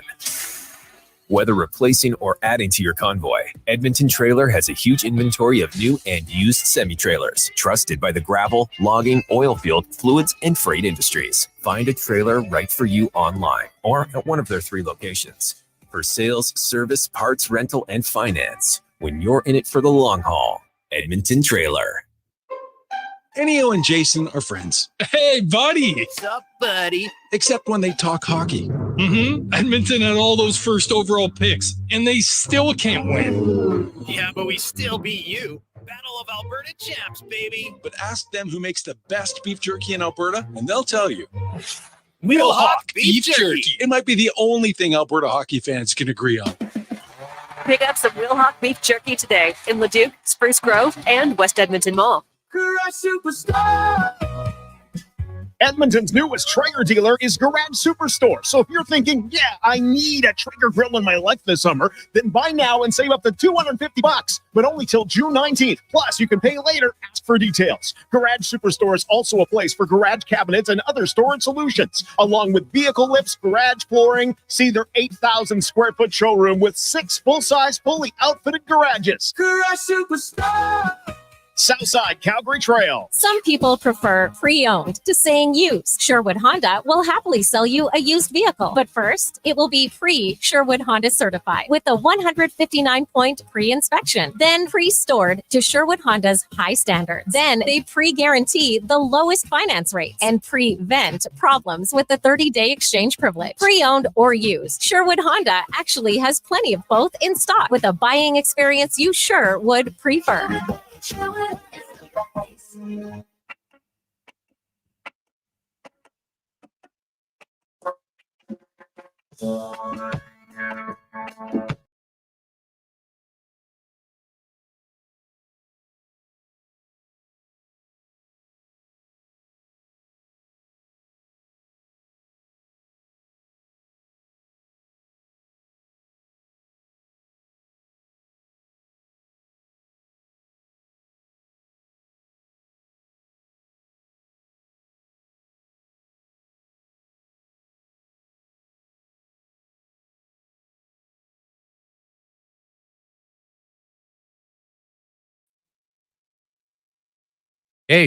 Welcome back. Jason Gregor, Connor Halley, Terry Ryan with you on Sports 1440, Oilers Nation, YouTube and Facebook. And TR, I got through the first 2 episodes of season 3 in Shoresy. So not bad start, right? I know what'd you think? Well, I was chuckling about season 1.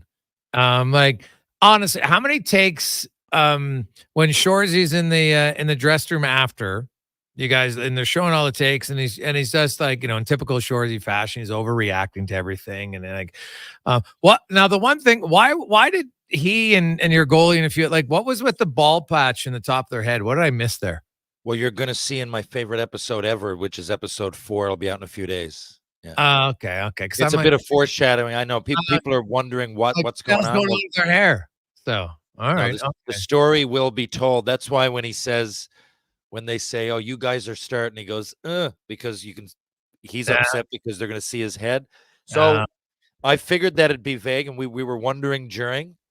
And anyway, I think I think when it explains itself, it's gonna it's obviously gonna make sense, but I think it's gonna be funnier because of the way it's approached right now. But who knows? Okay. Thanks for watching, by the way. I didn't mean to cut you off there. I thought you were done. All right, no problem. No, I was just but how many takes though? Like when he was chirping everybody, like I don't know, maybe you guys know each other well enough, but like the insults in that first episode in that scene were quite a few and rather quick.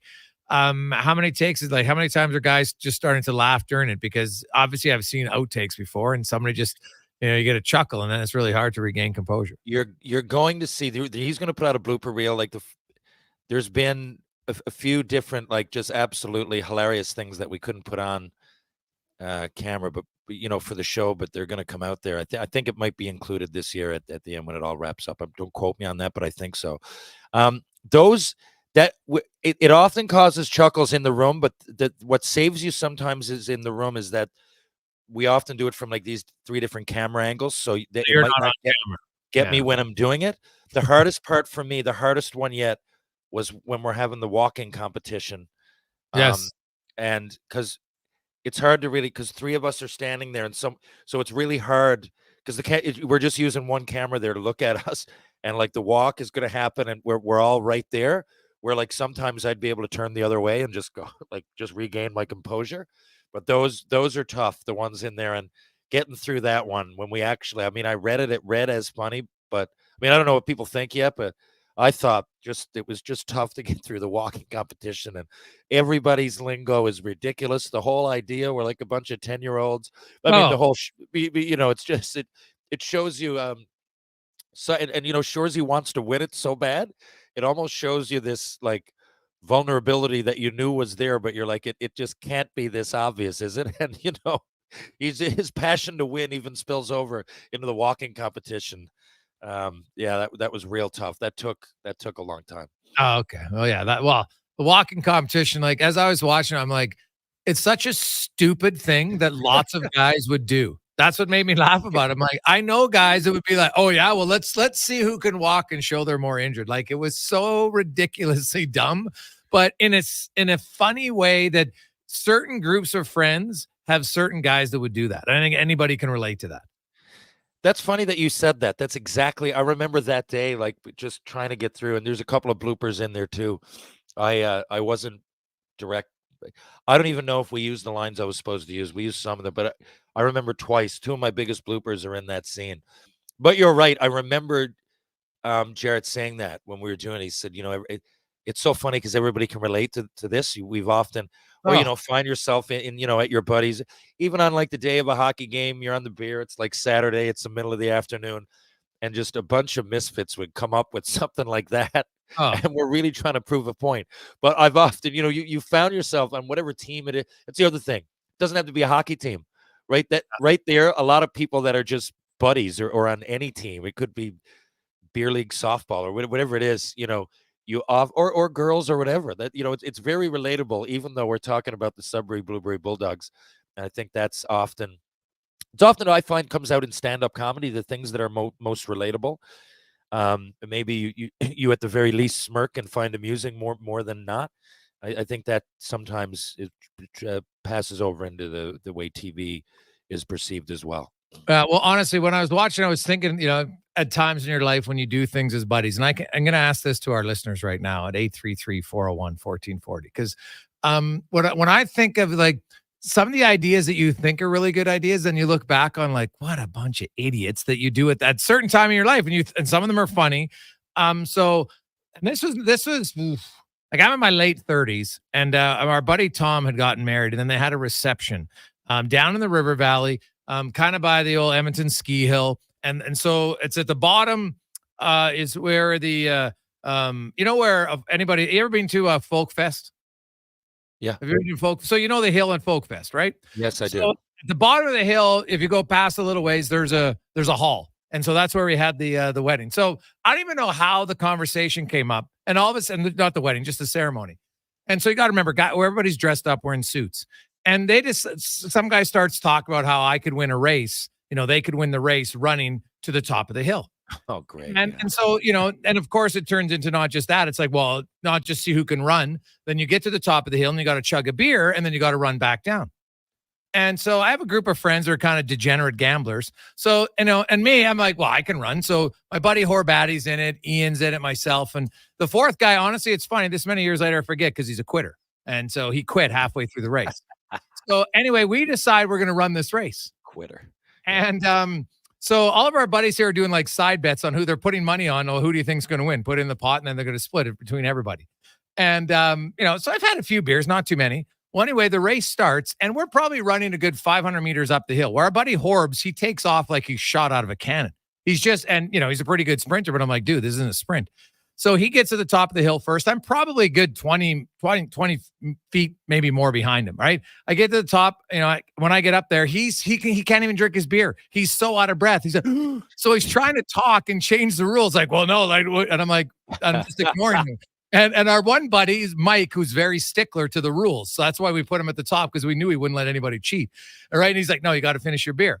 So I'm like, oh, geez, I think I'm going to come back and win this. And all of a sudden, Ian comes up third. Well, this guy can open his throat and his beer's done in like a second. I'm like, what the?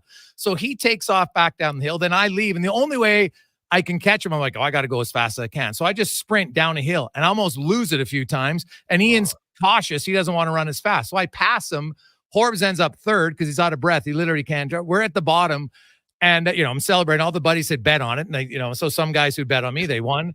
For 45 minutes, Terry, I'm sitting, and you got to remember, I've been dating my now wife for about 3 weeks, maybe a month, right? So you're always debating, geez, do I bring her out to meet all your buddies at one time? Because that can either go two ways, right? Yeah. So then we're sitting in the hall, and now I'm starting to feel it because, you kind of buckled, and then you're running. And so for the next 45 minutes, man, I thought I was going to buck. I'm just sitting at the table, and then I kind of fought it off. Yeah. And we still laugh about the lunacy of that, like in suits racing up a hill just because, you're dumb and stupid. And, but I won. That's what made it good. That's a true story. I'd say that's a great premise for something in Shoresy. That's a true story. Imagine if you could add some fiction to it. I think we're onto a winner there. There's lots of things you could add to that story. I hope he's listening. Yeah. Oh God. Like, we still laugh about that. And total immature, a bunch of bozos. Yeah. With nothing better to do. And there you go. Right. That's and I'm sure buddies that weren't doing it and their wives just like, but a lot of the wives who you kind of get to know your group of friends and they're like, well, you know what? Like, there's stupid things you're going to do as long as it's not too stupid, right? Yeah. Like you always, at the end of the day, like no one's going to get hurt there. Although if I had bid it going down the hill, there would have been, the white dress shirt would have been green rather quickly. So I'd rather stupid and honest. I'd rather stupid and honest than, clever and maybe manipulative. So they knew what they got with you guys. The girls knew what they got with you guys. No, that's fair. So I text to our buddy, what is the one story of your friends? Like TR, I'm sure you've had a few in your life when you look back and say, like the most guy thing we did that's similar to your walk-off. Yeah. Oh yeah. That's a few things come to mind. Are you getting texts on this right now? I'll get a few, but you tell your story and then I'll get a few. Oh, for me, the silliest thing that we did as a group. Oh, well, I mean, there's lots, but a few years ago, we wanted to see who could stay in the water the longest. It was December. People do the polar ice, but there's no reason. There's absolutely no reason to do that. Yeah, we all sat here and we had probably 12 of us. 12 in the ocean. There was a Christmas thing. It was a Christmas get together. We were at a formal event. We had like suits on. So did you go down at your Stanley suits or did you go down to your skivvies? Yeah, that's it. There was a bus there like that we had rented. It was like this kind of Christmas pub crawl, but it ended at the Bella Vista, and it was New Year's Eve is what it was. That's exactly what it was. And before any of it even happened, before we got the photos, we were down in Kitty Vitty, jumped in the lake. We ruined it all. Suits, put them back on, like just wet, and ended up with just kind of ruined the night for everybody else. But we had a great time. Yeah, who won? That pops into my mind. We had to get out of there because someone was going to get hypothermia. Like 10 guys wouldn't get out. We had some beers in us too, so like, the cold. Once you numb up to it, it's like, okay, I'll stay in this for another hour if I have to. So we had to. I mean, that was it. 10 people were still left, close to whatever it was, and we got back on the bus. All we had gained was near hypothermia and a cold. But that jumps to mind. That was like 2 years ago. Yeah, I was like 45 when that happened. This isn't like when I was 21. Stuff like that seems to happen a lot. Anyway, that would be my example. Hey, Gregor, that's a long hill. I think it's longer than it looks. Oh, I realized that. Yes. So it might even be longer than 500 meters. I have no idea how long it was. But yes, you're right. As I was getting up there, I was like, it's taking a little bit longer than I thought. So, and our buddy Horbs learned the hard way. You can't sprint in a race. Sprinting up while you're drinking. At an event. Oh, God. It's a rookie mistake. But what's interesting is his son is in the city finals this week, and he's an unreal runner. Like he crushed everybody. They saw a video of his race last year, so I always joke. I'm like, well, it's because he can run the 800 really well. I said, well, he kind of has the sprinting of dad, but he has mom's endurance because she's a real runner. So that's always the running gag there. You know what? In the 100 meter is really good because he got dad. But if he ever wants to go any longer, Forbes has no endurance. There was a guy a couple of years ago at an event like that. It was my buddy's stag party. We're at Kitty Vitty Brewery, and we acted like we were all going to go run. And we said, okay, we're just crazy enough to do this. This guy was just being really, really, really annoying. Yeah. Like really annoying. He wasn't adding anything tonight, and someone was going to punch him out. So we said, anyway, we gave him this big thing that we were all going to do. And we said, just, we're going to go on a mile run and time each other. So you go first. And he went, and we left places and blocked him from our phones. And that was it. Yeah, we went to another pub, which wasn't that far away, but he never would have put it together. Oh, God. Hey, boys, we put a shock collar on and yelling as high as we can. One of our buddies couldn't take the collar off, yelling in pain. See, now that's very much a guy thing. Let's put the dog shock collar on and see if we can set it off. Oh, my God. And not think of any consequence that might come as a result of that. Yeah, exactly. Because once you get it on and now you're panicking, get it off. Oh, God. Was that Struddy? Because, geez, that would sound like something Struddy. Think of your instinct when you're a kid and you're with the guys and you're like, I can put my tongue on this pole longer in the winter and it gets stuck to the pole. Like, I think it's something that's inane. It's a human instinct just to do that stuff. You know, like we're still doing it. Humans have gotten smarter. Well, so be it, so-called. But, still that stuff gets us. You know what I mean? Like, it's very true. It's very true. Yeah. Like there's hey, you can't take the kid out of guys sometimes, which is okay. As you said, you'd rather be honest than manipulative. That's very good. Let's get to Connor Halley. Con, did you ever do anything? What's your most guy group? Trying to think of one. I will say, Gregor, my buddy actually got married at Snow Valley. Exact same conversation was had. You guys want to race up the hill? It didn't happen, but a lot of the guys in the wedding party had to go out and do the photos and all that sort of thing. But I got to think about that one a little bit longer.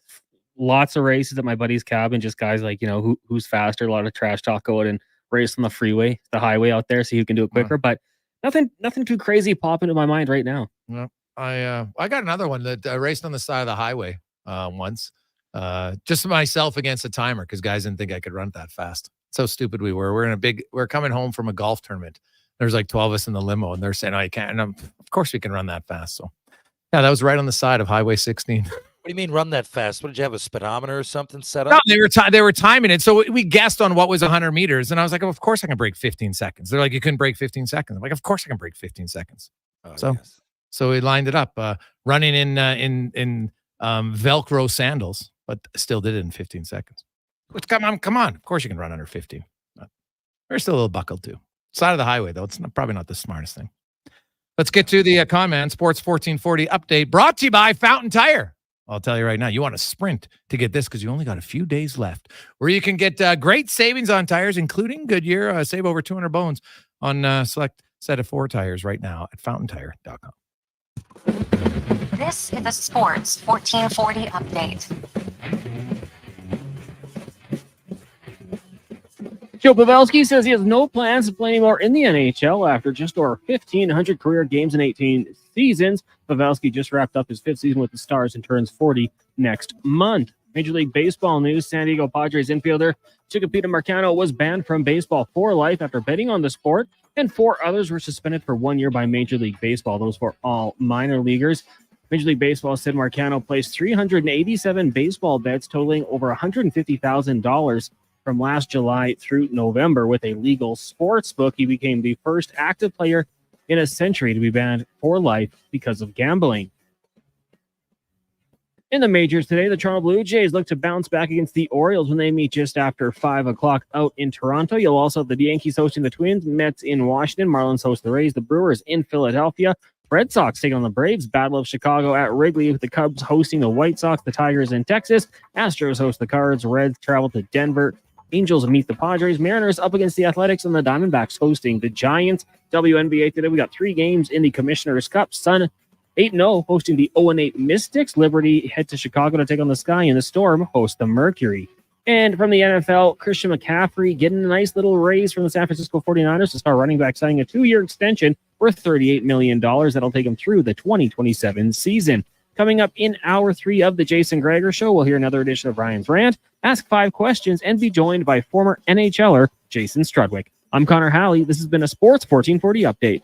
Sports 1440, Stingray Radio Station. CKJR broadcasts from West Edmonton Mall and Wetaskiwin. Download the free Stingray music app and listen wherever you go. What's cracking at Cattail Crossing? Great savings when you book a weekday tee time. Join Cattail Crossing Golf and Winter Club for an 18-hole round and get a $10 discount on your next round. Ask for details. Plus, their out-of-bounds restaurant is a must-try. CattailCrossing.ca. Hey, sports fans, we've got a clear choice for you. At Crystal Glass, we provide customers with the perfect glass for any job. From home to auto and even commercial, installation or repairs, we're your team. Call 310-GLASS or visit crystalglass.ca. Crystal Glass. The playoffs are wild. We all know that. And this year, Play Alberta is making it even wilder. Make a deposit with promo code Gregor50 to snag a $50 free sports bet with your next deposit. Get ready for unbeatable promotions throughout the playoffs with 10+ odds boost on every Oilers playoff game. Score a chance to win a pair of lower bowl or even exclusive sweet tickets for an Oilers playoff game just by making a bet on an Oilers playoff game at playalberta.ca. Bonus terms and conditions apply. Hey, Eddie Steele here. If you know me, you know I'm motivated. And what motivates me? Winning? Been there, done that. What motivates me is the smell of fresh baked goodness, the kind you find at Bonton Bakery. As soon as you walk into Bonton, you're greeted with a big smile, a warm welcome, and the aroma. So good. The showcase of their baked goods always means trouble for me, not just because of the selection, but the excellent fresh ingredients. That's Bonton Bakery, 8720 149th Street, open 9 to 5, Tuesday to Saturday. Hi, Brad McCory here. It's May, and that means it's time for our biggest sale of the year. We're practically giving away. Take our 2023 Ram 1500 Classic that was $59,000. Now, just $44,000. Yes, we're giving with savings up to $15,000 and an available 0% financing for 60 months on our new 2024 Ram 1500 Sports. We really are giving away. Hey, why do you keep bleeping me? I was just saying we were giving trucks away during our biggest sale of the year. Head up the trail and see how easy it is to do business at St. Albert Dog. This spring, the savings continue at the Brick. Take up to 40% off furniture and mattresses, as well as the chance to scratch and save an additional 40% off your purchase. Plus, you'll have the chance to win great prizes, including a $10,000 Brick shopping spree. Find amazing deals on kitchen appliances and save up to $400 on sofas, so you can prepare your ultimate game day snacks and then watch the game in style. Some exclusions apply. See in-store for details. The Brick, saving you more. As the flowers bloom, don't let sunken concrete dampen your spirits. This spring, Trademark Concrete Lift and Leveling is here to lift your spirits and your concrete. With our quick, friendly lifting process, we're ready to tackle those trip hazards and water pooling problems head on with our vast knowledge and expertise. Trademark Concrete Lift and Leveling, where your ground gets a new lease on life. Visit trademarkleveling.com or call 780-691-LIFT. That's 780-691-5438. Hi, I'm Lorianne Munzer, Canada's first Olympic cycling gold medalist and your next motivational speaker. Are you ready to elevate your event with a keynote that will leave everyone inspired? Visit my website to learn more about how I can help your team think and execute like an Olympic champion. I'm Susan Reed, Director of Sales for Stingray Radio Edmonton. Lorianne presented at a recent sales conference, and I can attest that her insights are incredibly powerful. Head to lori-annmunzer.com to book Lorianne for your next event. Happy Father's Day. Oh, thanks. Open it. Ooh, a cake. And it says, get your prostate checked, Dad. The baker thought it was hilarious. I bet. But seriously, Dad, ask your doctor. No time. This cake needs my undivided attention. Dad. Fine. I'll call today. If you're over 40, get the blood test and monitor your prostate health. Early detection is critical in the fight against prostate cancer. A reminder from the Edmonton Motorcycle Ride for Dad this Saturday in support of the Prostate Cancer Fight Foundation. Ridefordad.ca.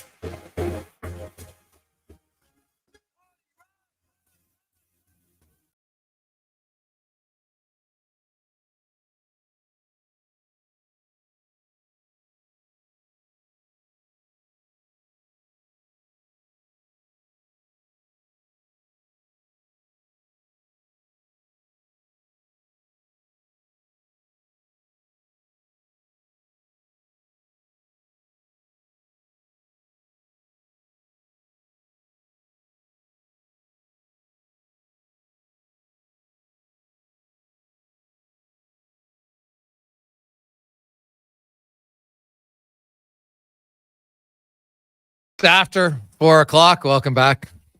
Jason Gregor, Connor Halley, Terry Ryan with you on Sports 1440.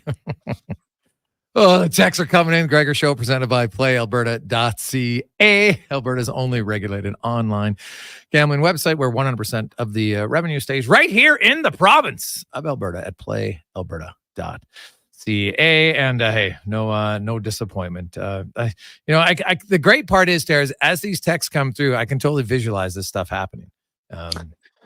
It's awesome. So we'll get to a few of them.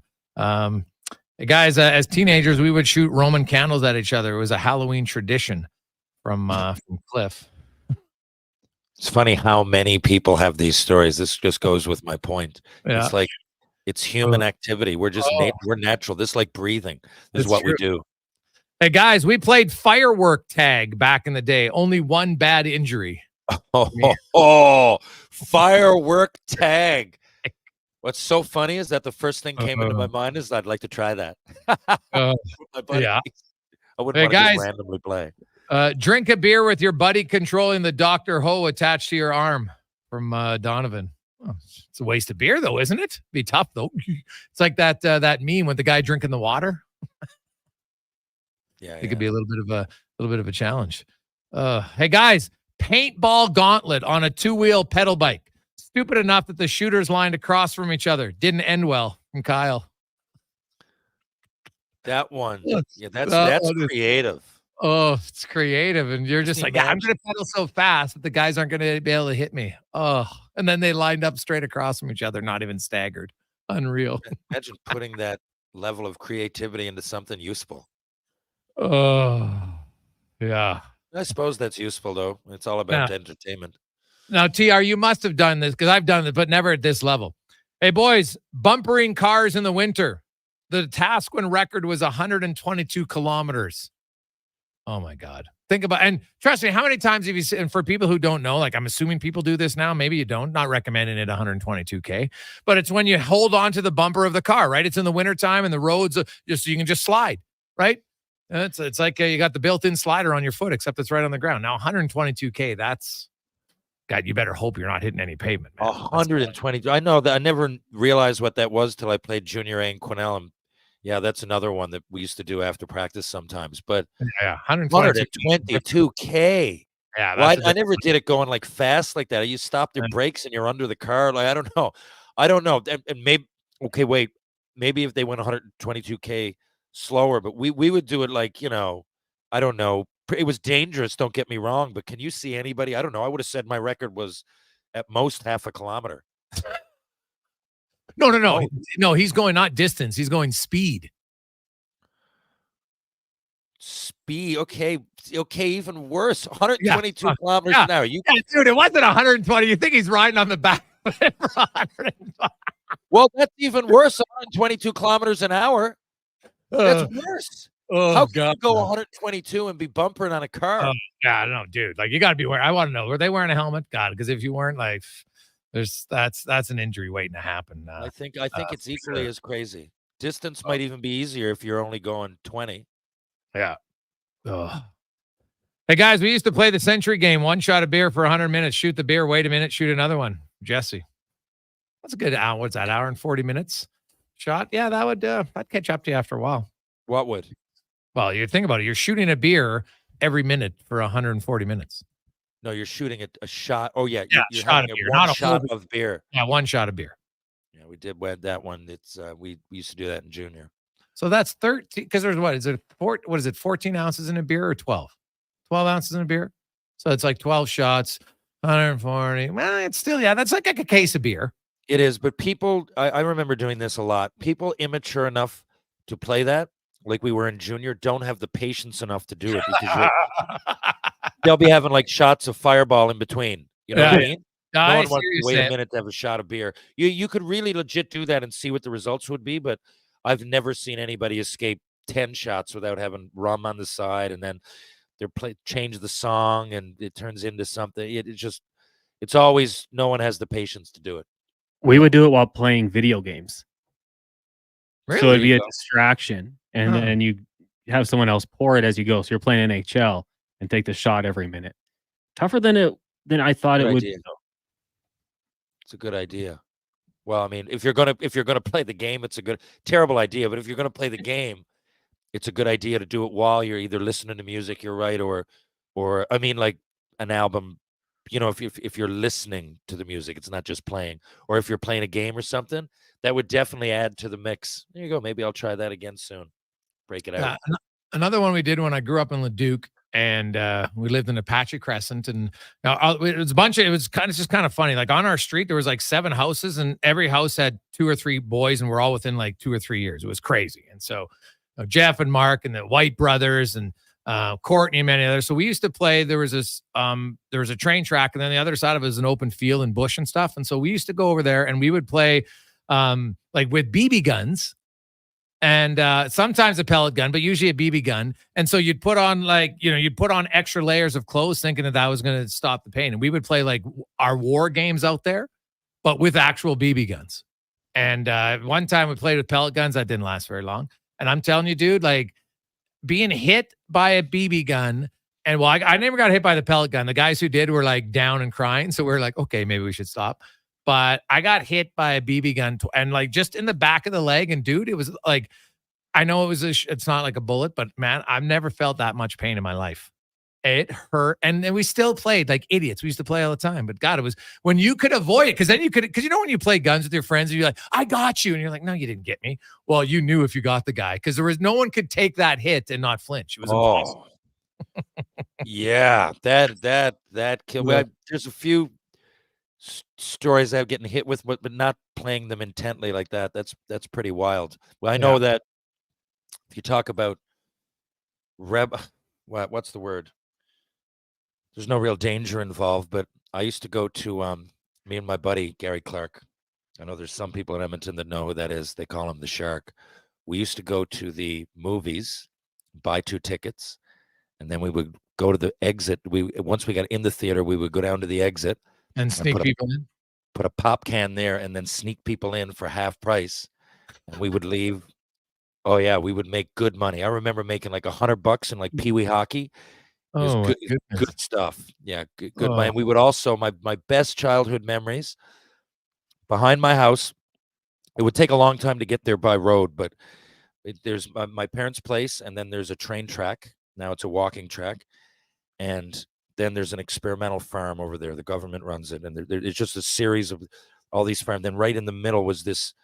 It was an outdoor movie, a drive-in movie theater, right? But from our angle, so everybody there has got to have a car. But from our angle, we could rip up the bottom of the fence and get under it, and all we had to take was a AM radio with us, and because you just turn it to, and you can hear the movie play out, and then where most people, nobody was on foot but us. No one really, as long as we hid well, and then the concessions were right there, so like they'd be bringing stuff out back, and we'd go like hawk a bunch of stuff. I mean, I guess I'm admitting to stealing. I'm like 7 or 8 years old.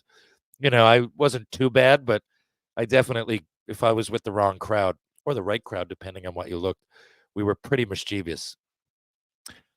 Hey guys, my friend was filming a 6-year-old trying tricks out at the bike park, and he had an intense wipeout. And my friend was like, "Are you okay, buddy?"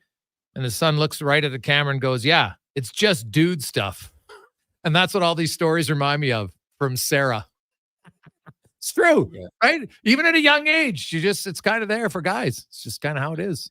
Right? If I told you this, okay, that there's a guy I know, I'm going to get footage of this, that stood there in October. I think it was November, actually, very cold in Newfoundland, okay? Okay. Took off his clothes other than a jock and a face mask and let us take slap shots with a hard hockey ball. What, right the across. red one? Like the orange one? About 5, 6 of us right across with about 5, 6 balls each. He took at least 30, taped them to the net, had a mask on and a jock, and just got peppered with slap shots from very able players. Why? Didn't get much harder. It's a long story. We were doing this TV show called Road Hockey Rumble. I don't know if no one watched it, but it was a local thing. These guys weren't from here, but yeah, I'm going to show you. I'm going to send you this, and you're going to see it with your own eyes, and you're not going to believe it. Yeah. And it was just one of those things. We were sitting there in the afternoon. Was he sober? No. More sober than you think. Oh, yeah, really? we all had a couple, 2 or 3 drinks, but he wanted to get it on camera, and we did. And I couldn't believe it happened. Yeah. Welts. Yeah. The funny part about that story is all the guys who are like, well, he wants to do it, so I'll take shots. Not like knowing that I probably shouldn't shoot it, but he said he wants to, so we'll do it. Oh, yeah. Just teeing him. I was like, and finally, finally he went down. He said, it hurts too much. I'm like, no crap there. Yeah, of course. Oh, of course. God, that is unreal. We'll get back on track. Struddy will join us because usually he always gets us on the rails. He'll join us next year. Jason Gregor, Terry Ryan. The texts keep coming in, man. Some of these are amazing stuff that guys would do together. Oh, so funny. We're returning to the Gregor Show, presented by PlayAlberta.ca. This spring, experience innovation on the road at Volvo Cars Edmonton. Right now, lease from 0.99% or save up to $4,000 on select models for qualifying loyal Volvo Cars Edmonton customers. Plus, save $5,000 on all new and demo 2024 XT60 Recharge plug-in hybrid models. Discover why we're Canada's only 13-time Volvo Excellence Award winner. Chat online at volvocarsedmonton.com or visit 1205 101st Street Southwest. I take possession of my commercial space in 3 months. I need lighting. I need a fire alarm. I need data. I need a generator. I need panels. Sounds like a job for the men and women of Action Electrical. Projects team reporting. We design, build, and construct all the electrical systems for your projects. Need everything to work right? Get the Action Electrical project team on your site. Facing an electrical menace? Call the men and women of Action. Operating throughout Alberta at actionelectrical.net. I'm Ryan Nugent-Hopkins. And I'm Zach Hyman. And when we're not making juicy, sweet passes or having my goals disallowed, we're working for Legacy Heating and Cooling. You know, guys used to call me a plumber. And now they call you an AC repairman. Nice. Hey, guys, you're not here to fix air conditioners. You're here to sing the jingle. Oh. Well. Okay. Call Legacy. Call Legacy. No payments and no interest for 1 year from qualified installers. Legacy Heating and Cooling. Try the new extra large New York style crispy pepperoni pizza only from Papa John's. Get you some of that crispy, curly, cuppy pepperoni on top of an extra large New York style crust pizza with creamy tomato sauce and a 3-cheese blend. This ain't around forever, so walk fast like you're in NYC and order one now. The extra large New York style crispy pepperoni pizza for just $22.99. Only at Papa John's. Better ingredients, better pizza, better get you some. Silent Rides is one of Alberta's premier bus charter companies. With state-of-the-art motor coaches, we provide our customers with the safest and most reliable ground transportation. Our seatbelt-equipped buses have become the preferred carrier for many local sports teams, tours, corporate outings, and other various travel across Western Canada. For more information and to request a quote, contact Ted Nakamura at 780-940-0880 or visit silentrides.ca. When it comes to your heavy haul trailers, don't settle for a patch job that will fall apart after a hard day's work. Bring your unit to AccuSteel Heavy Haul Trailers. They'll solve the problem once and for all, keeping you working with limited interruptions. For 25 years, their experts have been providing highway and off-road custom trailers for mining, oil and gas construction, and renewable industries. They're your industry leader in engineered heavy haul trailer frame repairs, retrofits, rebuilds, and custom trailer fabrication. Learn more at AccuSteel.ca. The postseason is always exciting for hockey fans, but for GS, it's all about construction season. For 50 years, GS Construction has been laying the groundwork for your community, but they can't do it without the best team possible. GS Construction is scouting for experienced and motivated laborers, pipe layers or pipe layers helpers, lead hands, operators, top men or women, and a water and sewer foreman. Apply today and start working for the 2024 construction season. Visit gsconstruction.ca today.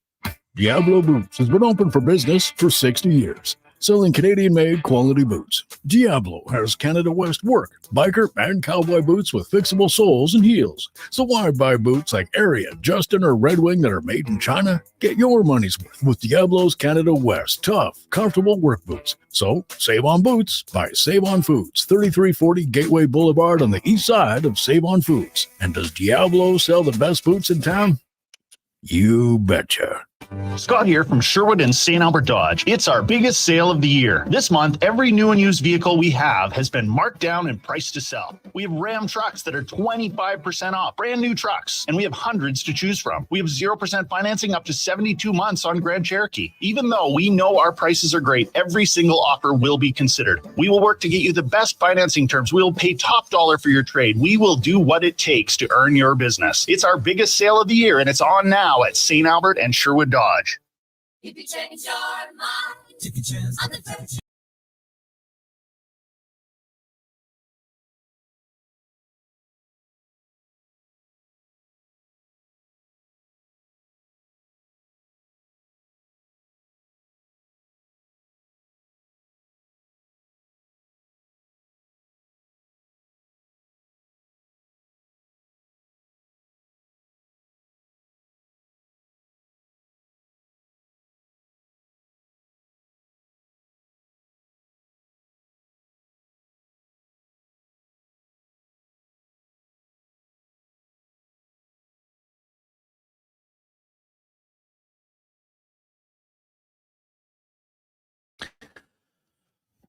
425, Jason Gregor, Terry Ryan, Connor Halley with you on Sports 1440.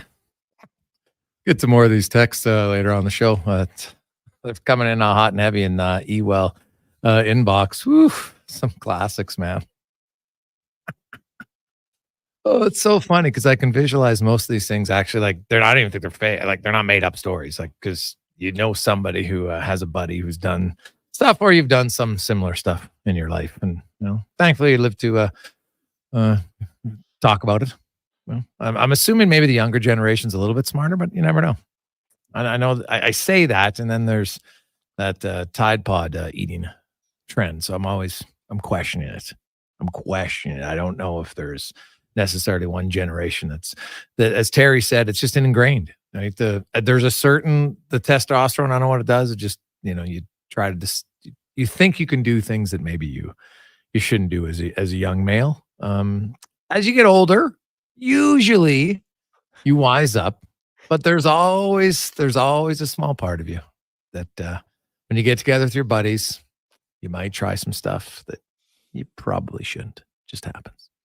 Let's get to Struds on now, brought to you by Action Electrical. Well, could you imagine what the electrician guys have tried? Kidding me? Blake and those guys. It could only, hey, let's just see what type of shock you can take. Crank it up. Let's go. That and more. But they'll get you a lot of savings too. ActionElectrical.net. The Jason Gregor Show presents Struds On. It's the memories. That's what you remember. Memories. It's a bouquet of enjoyment coming in my mouth there. But it's like I always say, HK, who cares? It's time for Struds On. That intro is probably fitting in our topic today. Struddy, what's the thing you look back on your life when you got together with your buddies? You're like, that was really dumb that we did. How much time do we have? Oh man, I don't know. You know what? I think just the shifts we put in. We'd go to a local restaurant or bar and get there at lunch, and okay, we're just going for lunch, and then we'd wheel out of there at 2 a.m. And it was a lot of fun. But I mean, it just why would you have to sit there for that long? I think about it now. Why did we do that? And it wasn't like crazy dumb, but by the end you were pretty dusty, and it just ruined your next 2 or 3 days. Like, so are you telling me you've never done anything like really? You look back on it, playing BB gun war as a kid with real, like real BB guns. Guys throwing corn cans into the barbecue or into the fire pit when no one's paying attention. Like, you hung out with noodles, dude. I've met some of your friends. I wouldn't say they're the brightest fellas. No, there's not a lot of geniuses in there. I think I remember making jumps that were too high on our bikes. Oh, yeah. Like that was pretty dumb. Looking back, like, when the jump is probably higher than your bike, it's probably not a good idea, right? And I look back, I don't know how we didn't die or at least break something pretty significant. Now let's move to the Stanley Cup final, the Oilers and the Florida Panthers. How do you handicap this series? What do you like about it from an Edmonton perspective, and then what concerns you maybe from an Edmonton perspective? Well, my biggest concern, and this is something that every team's kind of struggled with, or a lot of teams with Florida, is their forecheck and their aggressiveness on that forecheck. They just come in and they force you to make bad choices or struggle. And then you're in your zone, right? And they love to play that way. And I love that style of hockey. And they're very aggressive and assertive. So that's going to be a challenge for the Oilers D. Not that they can't deal with it, but for 7 games straight, it's going to be difficult. I think on the other side, what I like for the Oilers is the flip side of that is that I think Florida can take quite a few penalties. And so for the Oilers, if the calls go their way, if they get calls, how many power plays can they get, and how many games, like we saw in Game 6, can they win in their power play in this Final Four? Not that's the only way they can win, but let's say that 1 or 2 of those games win you, or 1 or 2 of those games are won on your power play. Now you got to find 2 other ways to win 2 other games to win the Stanley Cup. So those are probably my 2 things I'm keeping an eye on as we head into this series. TR? Struts. So how much I've heard you talk here and there in the last couple of months about the impact that Chris Knobloch has had. So how much credit do you think he deserves in this run to the final where they are right now? Well, I've got two perfect examples. You look at the second and third round. It took him probably 3 games, let's say, around that to find the right combination of lines and players in the lineup to have success. In Vancouver, it took about that, and then the last round they found it and they won 3 straight. So I think that he is a guy that is always searching and not going to be stuck saying, this is how we do it, or this is how we've done it. He doesn't really have a track record with this team. This isn't a coach that's been with this team for 3 years and kind of, has his place. He's open-minded because he doesn't really have that. He understands, I think, what players can do, but I love the fact that he's searching and being unpredictable. Like when, I don't know what your guys' reaction was, but when they threw out Perry and McLeod beside Draisaitl, I mean, my eyes jumped out of my head, and not that I didn't think it was a good idea, but just surprised by that move. But I think he was trying to spread out the depth to match some of the lines that Dallas had, and it worked well. Go ahead, Jason. Yeah, definitely worked well. But what leads me to my question, Struddy. So, if we look in Florida, Barkov going up against McDavid, I don't think that surprises anybody at home ice. And, Sam Bennett going up against Leon Draisaitl, with Bennett and Tkachuk. So would you go back to Draisaitl with Kane in Florida when they're going to go up against the Bennett Tkachuk line? Or would you have Kane and Holloway on a separate line to try to go after Lundell? Well, I think that's the challenge, is the third line for Florida. I think that's a good line. If people haven't, I've watched a lot of their games, and they're a good line. And so that's a challenge for the Oilers. So how do you beef up the Oilers' third line to compete with Florida's third line? So to answer your question, I want Kane against Tkachuk and Bennett. That is what I want to see. I mean, I guess that's selfishly. I want to see those guys interact for hopefully what would be a good long series. So I'd put Holloway with Kane and Draisaitl, because that's a big, strong line. That Tkachuk line, they fancy themselves a big, strong line. So let's see those guys go at it. But now you're in a bit of a problem with that third line. It's obviously Henrique at center, and then does Fogle come back in? Yeah, with you McLeod. Put McLeod on the wing. Yeah. Is that what you do? Is it, and then your fourth line, like that feels like the easiest way. Now, I think that we've seen with Knobloch, he's just mentioned he's not afraid to change it up, but that's probably how I'm starting that. That's how I'm looking then to get your fourth line. But that third line, guys, I mean, I don't know what you think, Greg, but that is a good third line there in Florida. That they're going to be a handful. No, it is good. I just don't see any way that he takes Corey Perry out of game one. I think, and I know he had by the way, had a really good line today to Don Block about, experience is great, but ask the Buffalo Bills how Super Bowl experience is, right? And it's true, right? Like it's good to a point, but I do think that Corey Perry, like I wouldn't expect him to play every game in the Cup final, to be honest. I just think there's a little fatigue and wear and tear, and a lot of tread worn down on the tires. But I'd be surprised if he's not there. And so I could see you going Kane with Perry, like just swap Holloway and McLeod, right? And have Kane go with Perry and Draisaitl up against the Bennett line, and then have McLeod with Henrique against the Lundell line, because Ryan McLeod, he struggled a little bit offensively early on, but defense he was really good, and then he came back. I thought he played better, and Henrique's a really smart player, so I could go as that as my third line. I wouldn't have a big problem with that. Yeah, I like that. And Perry brings he still brings that kind of heaviness and juice right to that line, and I think it's important that when Draisaitl understands how to use Perry, and I think Perry's trying to teach Kane how to play in that system. Like for me, at times, Kane still is just looking to make a pass that's maybe not there. And then that's part of his nature, right? He's going all the time. But if that's the line, you want to play in their zone and grind them down so that, Bennett can't get on the rush and start, being physical and doing what he does.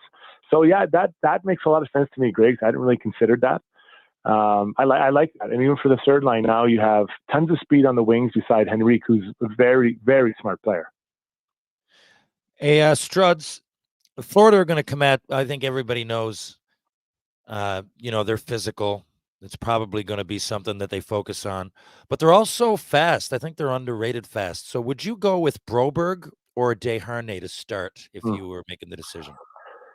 Oh man, that's a tough one. Because they're different, right? And you want to be able to push back with the physicality of Florida, because they are going to come hard. But I like Broberg because I think that, as I mentioned, they forecheck hard. So a guy that can skate the puck out of trouble or get back to pucks quicker. So I've actually put quite a bit of thought in this. I'm going to start Broberg in this series because I want his skating ability. I want him to be able to get pucks out of trouble. But more importantly than that, guys, get back to pucks quicker than Vinny can. Because if you can get back quicker, you can make a play quicker. Now, if it goes the other way, this isn't going to be like a national incident. But that's how I feel. What have you guys discussed or thought of? Yeah, it's a good question because I think Desharnais, they'll want him in the series at some point. I do agree with the premise that Broberg's playing really well. I like his speed. It's not like Broberg's small. He's 6'3". He's just not as big as Desharnais, right? And he's not as physical as Desharnais, but he skates way better and moves the puck a little bit better. So I could see Broberg starting, but I also could see Desharnais starting. Knobloch and Coffey have shown they're not afraid. They'll make changes even after they win. Right, we saw that. They took Carrick out after they won Game 5 and went back to Ryan, and I think they'll go to Carrick. That's the one guy I think against that fourth line in Florida. You want a little bit more beef on that line, and Ryan's just getting scored on way too much. Right, he was on for 5 goals against in that round against Dallas. So I could see them maybe putting Carrick in, and I think if you put Carrick in, then you keep Broberg, right, and then maybe it's And then maybe they would switch out Desharnais later, but I think they'll start with Broberg. I'd probably agree with you. But again, I won't be shocked if they went with Desharnais because I think there's an argument that you could do it because of his size against that forward. Because they forecheck a lot more aggressive than any other team they faced. They do. When you look at it, I think about the Rangers. Panarin and Mika Zibanejad, to me, got pushed out of that series. And you go back to the empty net goal in what was it, Game 6 or Game 5, whatever, and Sam Bennett fight for a puck at center, and Zibanejad gets clipped in the face, and he just throws his head back and he's out. Then he goes and Kreider hits him or goes to kind of just skate by him, and Bennett hits him after scoring an empty net goal, and there's nothing done. They didn't compete hard enough. I don't think that Leon and Connor are going to back down like Panarin and Mika Zibanejad did. I don't think that Zach Hyman's going to not compete the way we saw at times Kreider kind of coming out of that series. So, it's Florida. They're going to be relentless. It's going to be 7 games of hell if it goes that long. But the Oilers aren't going to back down, and I think that's the attitude they have to come in. I'm not talking about them winning brawls or spearing, but just competing for every little spot of ice, and going at them and being physical and being ready to accept that physicality. I think the Oilers are ready for it. I think they can mentally wrap their head around that. That'll be a real good start to the series. TR, what would you have done on defense? Oh, I like what Strud said. I would have gone with Broberg. It's real close to flip of a coin. But I do think, and he's not tiny. If he was tiny, if he was Stetcher and playing great, I still would go with Desharnais. But I think he's big enough. He's fast. And I think if it goes long, which it probably will, you're probably going to want Desharnais towards the end of it. But like I said, it's 2 pretty good decisions considering how they've played.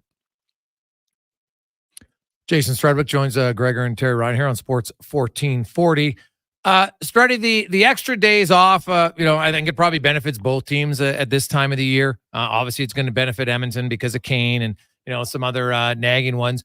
What goes into a practice, do you think, tomorrow for the Edmonton Oilers? I think you kind of just review a little bit of your core stuff, just some puck touches, and then review some core things that maybe are going to be important in this series. So, I'm guessing breakouts are going to be pretty important. Maybe you revisit what you're trying to do on your forecheck. Maybe a little bit of work at the blue lines, as far as getting pucks out or getting pucks in, but then not just getting them out, but maybe making a play when you're getting it out. I think that's something the Oilers can work on. But, guys, it was interesting. I actually thought they might fly on Wednesday. This is why. It's a long flight there. I'm going to call it 6 hours, whether I'm off by whatever. Yeah. You guys get it. It's close, Struddy. It's actually, I know their flight time direct is going to be 5 hours and 25 minutes. Yeah. So there you are. So let's do 5 hours. Okay. So by the time they get to the airport, let's say, and then get on the plane, let's say that's an hour. Then it's 5 hours to fly there. Then let's say it's another hour to get off. I know that's 7 hours. It might be a little high, but you get the point. And then it's 2 hour time change. So really that's a 9 hour day, right? That you've put in. So you leave at 10, you're really getting there, much later into the evening. So I thought they might, skate today, fly tomorrow, light skate Thursday, light skate Friday, optional Saturday, and just be there and kind of get used to where you're going to be, and maybe have a couple of practices in that building. So I thought that would make more sense. I know they're going Thursday, but that would have been how I would approach it if I was Knobloch, to get my guys there. And to be honest, guys, get them out of Edmonton a little bit. Not that it's not a great place, but there's a lot of hype around there. Just kind of get them where they can just be together and kind of, just kind of focus on the task at hand, right? Kind of get behind enemy lines type of situation. Yeah, it's I know their flight leaves at 9 a.m. on Thursday, so you're right. That's 11 Eastern. So they land. I think they land at around 4:30 Eastern, give or take. So yeah, then you're in. You probably just go right to dinner. Yeah, we'll see. It's I guess I know now it was planned before. They didn't know who was in, but the day off, extra day off between games 2 and 3, and then games 4 and 5, and 5 and 6, and 6 and 7. With all this travel, probably do make a little bit more sense for some of these teams. You'll stay overnight, like game 2 ends, you stay overnight, then you fly home, and that day's basically a travel day. Yeah, I think you and I have talked about before. We don't like this much time between, but when you're talking about this much distance, you got to give the guys a chance, right? It's just anyone who's traveled that much, flown across the country, and then you get 2 hours time change, and you're trying to play a game the next. It's a lot. So I love this approach in this situation specifically by the NHL. Who are you taking? Oilers in 6. Oilers in 6, guys. I honestly think it's going to be 2 games. The power play wins it for the Oilers. I've got McDavid and Leon going off in the game, and then I've got Stu Skinner getting us a win. So that's 4 wins right there. Okay. What do you guys got? Are you saying it later, Greg? No. I picked the Oilers at the start, so I'm not going to change. So I will stick. I have Edmonton in 6 as well. TR. Yeah, I picked the Oilers literally on day 1 of the season. When it was 10-1, I picked them on October 1st or something. So I'm going to stay with that. And I had Edmonton in 7 since the start of the playoffs. 6, 7. I don't know. I guess we're splitting hairs. I just think it's going to go a long time. And I think every once in a while, or not every once in a while, but in hockey, if there's any pattern with generational players, they all win at some point. McDavid's in his prime, and I just think that's the X factor, and that's why I picked them all year. And I know it's a simple reason to break it all down to that, but I think they're even, and usually generational players come out on top at some point.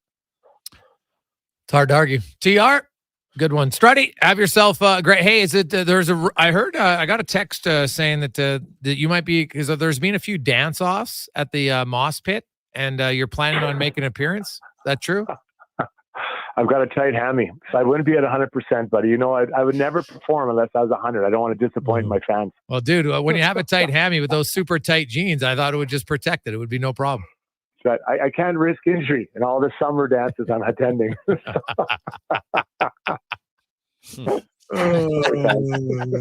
You just remember, you could dance like you did on the opening of Atlas in West Edmonton Mall. This shirt unbuckled.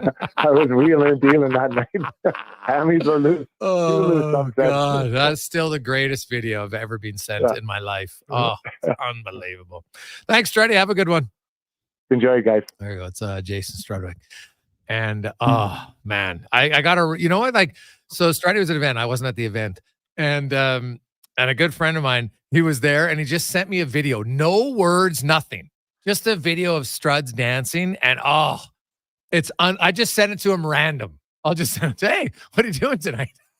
Oh, God, it's unreal. Oh, he's just trying to slide into the dance floor and, bouncing on. Oh, it's like he's a pinball machine. And he was the ball, unfortunately, just bouncing off people. God, it's funny. Oh, it's the first time the first time I had ever seen Struddy outside of hockey was at the draft in '95. So I'd played against him for 2 years. Okay. Where it was in Edmonton. All those Edmonton guys were there. And the first time ever, he had these bright red pants on. It was at Ezzy's, Esmeralda's. All the hockey guys were there. But you remember they used to just, that place was just, it was all hockey players. And the draft, it was a lot of fun, but Struds was, good old Strud Muffin was cutting a rug for a long time. I remember it stood out to me. Red pants. That is awesome. Red pants. Like even like, the Michael Jackson, the white socks. And, like now you can get away. Well, now it might even be considered cool, but he did it then. I don't know if he was just out of fashion or he was being ironic, but it was ridiculous. He was, Struddy's been very consistent about a lot of things. Good guy, good laugh, bad dresser. So I think that's par for the course. That was his unique style. So it's great. So, good for him. He's got a unique style. It's being consistent. We'll come back with 5 questions and more on the Gregor Show, presented by PlayAlberta.ca. For a limited time at McDonald's, enjoy the tasty breakfast trio. Your choice of chicken or sausage McMuffin or McGriddles with a hash brown and a small iced coffee for $5 plus tax. Available until 11 a.m. at participating McDonald's restaurants. Price excludes flavored iced coffee and delivery. Legacy Heating and Cooling jingle auditions take one for Ryan Nugent-Hopkins and Zach Hyman. Are you ready, guys? We were born ready. Heck yes, Nuge. Drop the beat. Call Legacy. Call Legacy. We freaking killed it, Nuge. That's what I'm talking about, Zachary Martin Hyman. Nice guys. We're going to sell a lot of air conditioners. Hey, doesn't Legacy offer no payments and no interest for a year on those? Yeah. Well, thanks for the assist on the copy points there, Nuge. It's just what I do. Legacy Heating and Cooling. The locks are on a timer. They're going to get out. Sounds like a job for the men and women of Action Electrical. Service team reporting. With the remarkable reach of our bucket trucks and other equipment, we assess, service, and maintain your electrical lighting and automation systems. Facing an electrical menace? Call the men and women of Action. Operating throughout Alberta at actionelectrical.net. Try the new extra-large New York-style crispy pepperoni pizza only from Papa John's. Get you some of that crispy, curly, cuppy pepperoni on top of an extra-large New York-style crust pizza with creamy tomato sauce and a 3-cheese blend. This ain't around forever, so walk fast like you're in NYC and order one now. The extra-large New York-style crispy pepperoni pizza for just $22.99, only at Papa John's. Better ingredients, better pizza, better get you some. Join Kidsport Edmonton's Bids for Kids, presented by GS Construction, June 19th, 5:30 to 8:30 p.m. at the Bell in Scona. Celebrate 29 years of Kidsport with 90s attire and courage. Tickets are $75, including entry into a mountain getaway draw. Enjoy a night of sports talk, appetizers and bevies, silent auction, 50-50, and a beer tree raffle. All funds raised support local Kidsport Kids registration fees. Visit kidsportbids4kids.com for tickets. Event is 18+. Until June 8th, make the shift to more savings at Fountain Tire and get up to $200 off a set of 4 select tires, plus a bonus $50 off any service of $150 or more. Restrictions apply. Financing available. Book online today. I can tell by the look on your face you're thinking about it. This spring, the savings continue at the Brick. Take up to 40% off furniture and mattresses, as well as the chance to scratch and save up to an additional 40% off your purchase. Plus, you'll have the chance to win great prizes, including a $10,000 Brick shopping spree. Find amazing deals on kitchen appliances and save up to $400 on sofas so you can prepare your ultimate game day snack and then watch the game in style. Some exclusions apply. See in-store for details. The Brick, saving you more.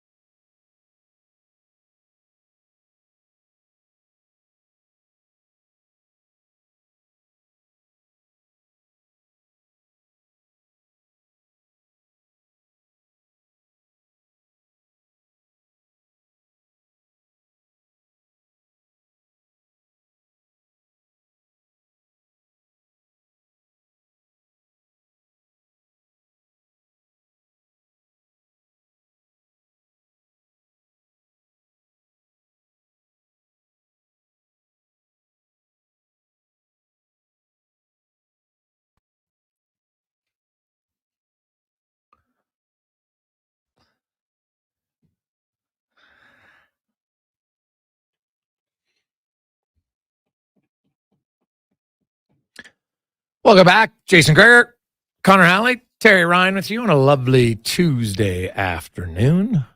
Hope you're having a great day. Drying up a little bit. Was rather wet for the last few days, but hey, it's supposed to be great. Man, look how good everything looks right now. Trees are enjoying it. The grass are enjoying it. Golf course can be in unreal condition, so it's all good. It's all good. Get set for the week and leading up to a big weekend in sports. Saturday, man, if you're a baseball fan, football fan, hockey fan, you got it all. Riverhawk at 1, Elks at 2, Oilers at 6:20. Great Saturday. Great Saturday. Let's get to 5 questions now, brought to you by The Brick. And speaking of great, how about great savings is the amazing deals for 4 straight days. Got coming up this week at the Brick. You can save up to 30% off of home entertainment, furniture, and fireplaces, as well as you can watch the big game in style on a budget, 30% off home entertainment. But that's only from Friday until Monday at the Brick, thebrick.com. It's time for 5 questions on the Jason Gregor Show. All right, guys. Question number 1. A certain Miami sports columnist had an article saying that Connor McDavid is overrated. First time I think I've ever heard that from a professional. If you were using one word to describe the number 97 in blue and orange, what would that word be? For me, I'm not going to go too far off the board. I'm just going to go with dominant. Not going to surprise anybody with that. I will say electric. Question number 2. Who do you think will be the Edmonton Oilers general manager next season? That's a really good question, man.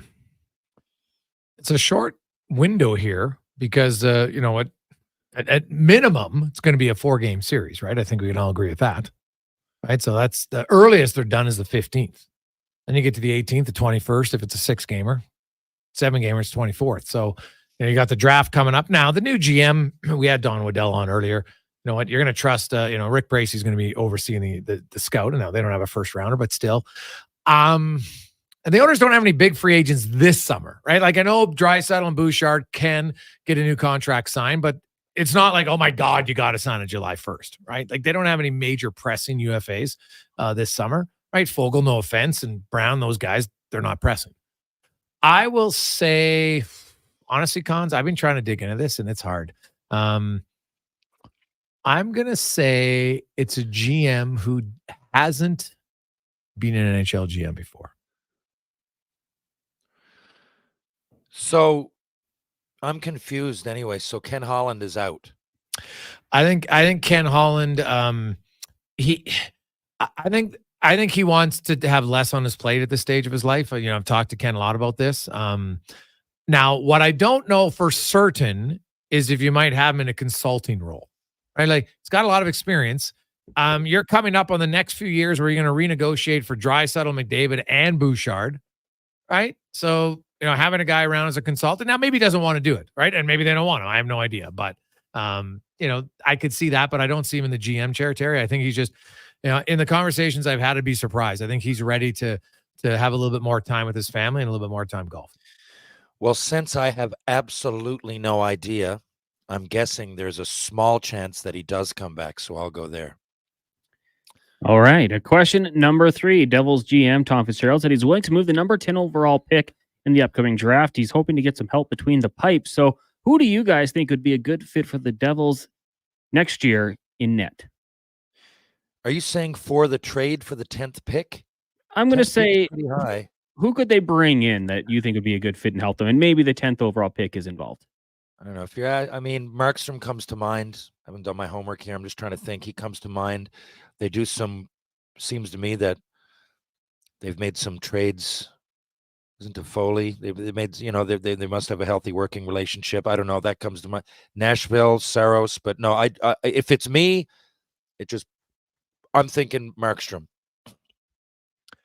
What's interesting is remember the Horvat Schneider trade. Vancouver traded Schneider to New Jersey. Yeah, wasn't he like number 9 or something? Well, they got the pick and they took Bo Horvat with that pick. So it kind of worked out for both teams. I'm still going to say Allmark in Boston. I think Allmark, everybody knows they want. The thing is, I'm not sold at Boston. Now maybe they'll want the pick, but I think like they're an extra pick's nice for them, and maybe they'll want it, but I still think Boston looks like, hey, our window's to win here. So they might want, more of an active player than that. Like, I don't know if you do Allmark straight up for the number 10, like you did Schneider. Now, Schneider had 2 goalies at the time too. So, but I'll still go with Allmark. I think that's the guy who's going to get traded. And I think there's a really good chance that he could be good for New Jersey. Question number 4. We got the French Open going on right now. And Brandon Douglas and I were talking about it earlier today. For the younger generation, you've got Rafael Nadal, you've got Djokovic, and then you've also got Federer. I want to ask you guys, who is your favorite tennis player to watch of all time? My favorite all time actually was Boris Becker. The guy that just bombed the ball, man. It was like, different. Federer and them are great. Don't get me wrong. But if I'm just going favorite to watch, it was Becker, followed closely by McEnroe losing his marbles. That was always comical. Yeah, for me, God, the last 10 years or so, I don't 5 years or so, I don't pay much attention, but there was a time I did. My friend's sister was really into Monica Seles. That's what got me going on tennis, to be honest. I think she won like 7 or 8 Grand Slams at least. And I just remember being along for that ride and kind of getting into it. Now, my favorite, I still go back and again, I'm not huge into tennis, Federer and Nadal, obviously, but I go back and watch John McEnroe highlights, not just the freakouts either. If you watch him play, yeah, I like watching the greats, right? Going back and watching the great baseball games. When you go back to the great boxing matches, you go back and watch McEnroe. He's just so passionate. It's not like he's a great player too, right? But he's so passionate in the way he goes for. But sometimes slams is right. It's not always directed at the judge that you will see often in replays, but he just plays so passionately and he's so vocal and so into it that I think it's. There you go. Your words use the words electric. I think it's as electric as I can get watching tennis, watching him play. Gabrielle Sabatini, also nice to watch. Good pick. Final question, guys. Terry, sorry for the randomness here, but it is apparently shopping cart day. I'm not making this one up.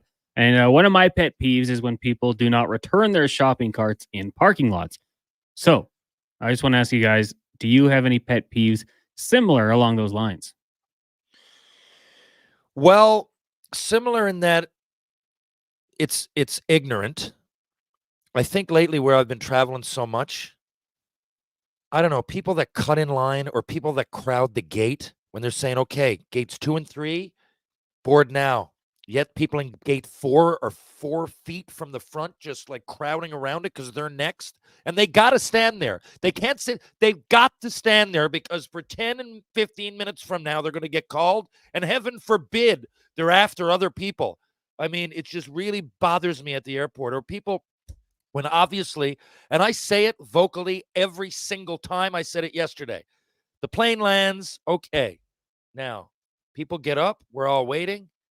Now, someone from row 30, seat F, and I'm in 10. What are you doing next to me?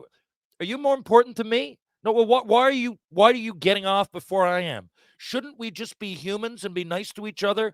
And if you're in row 29 and I'm in row 30, shouldn't you get off before me? Or are you so big and popular that you have to get off right now with your cell phone and your new Rolex? It's usually those kind of people too.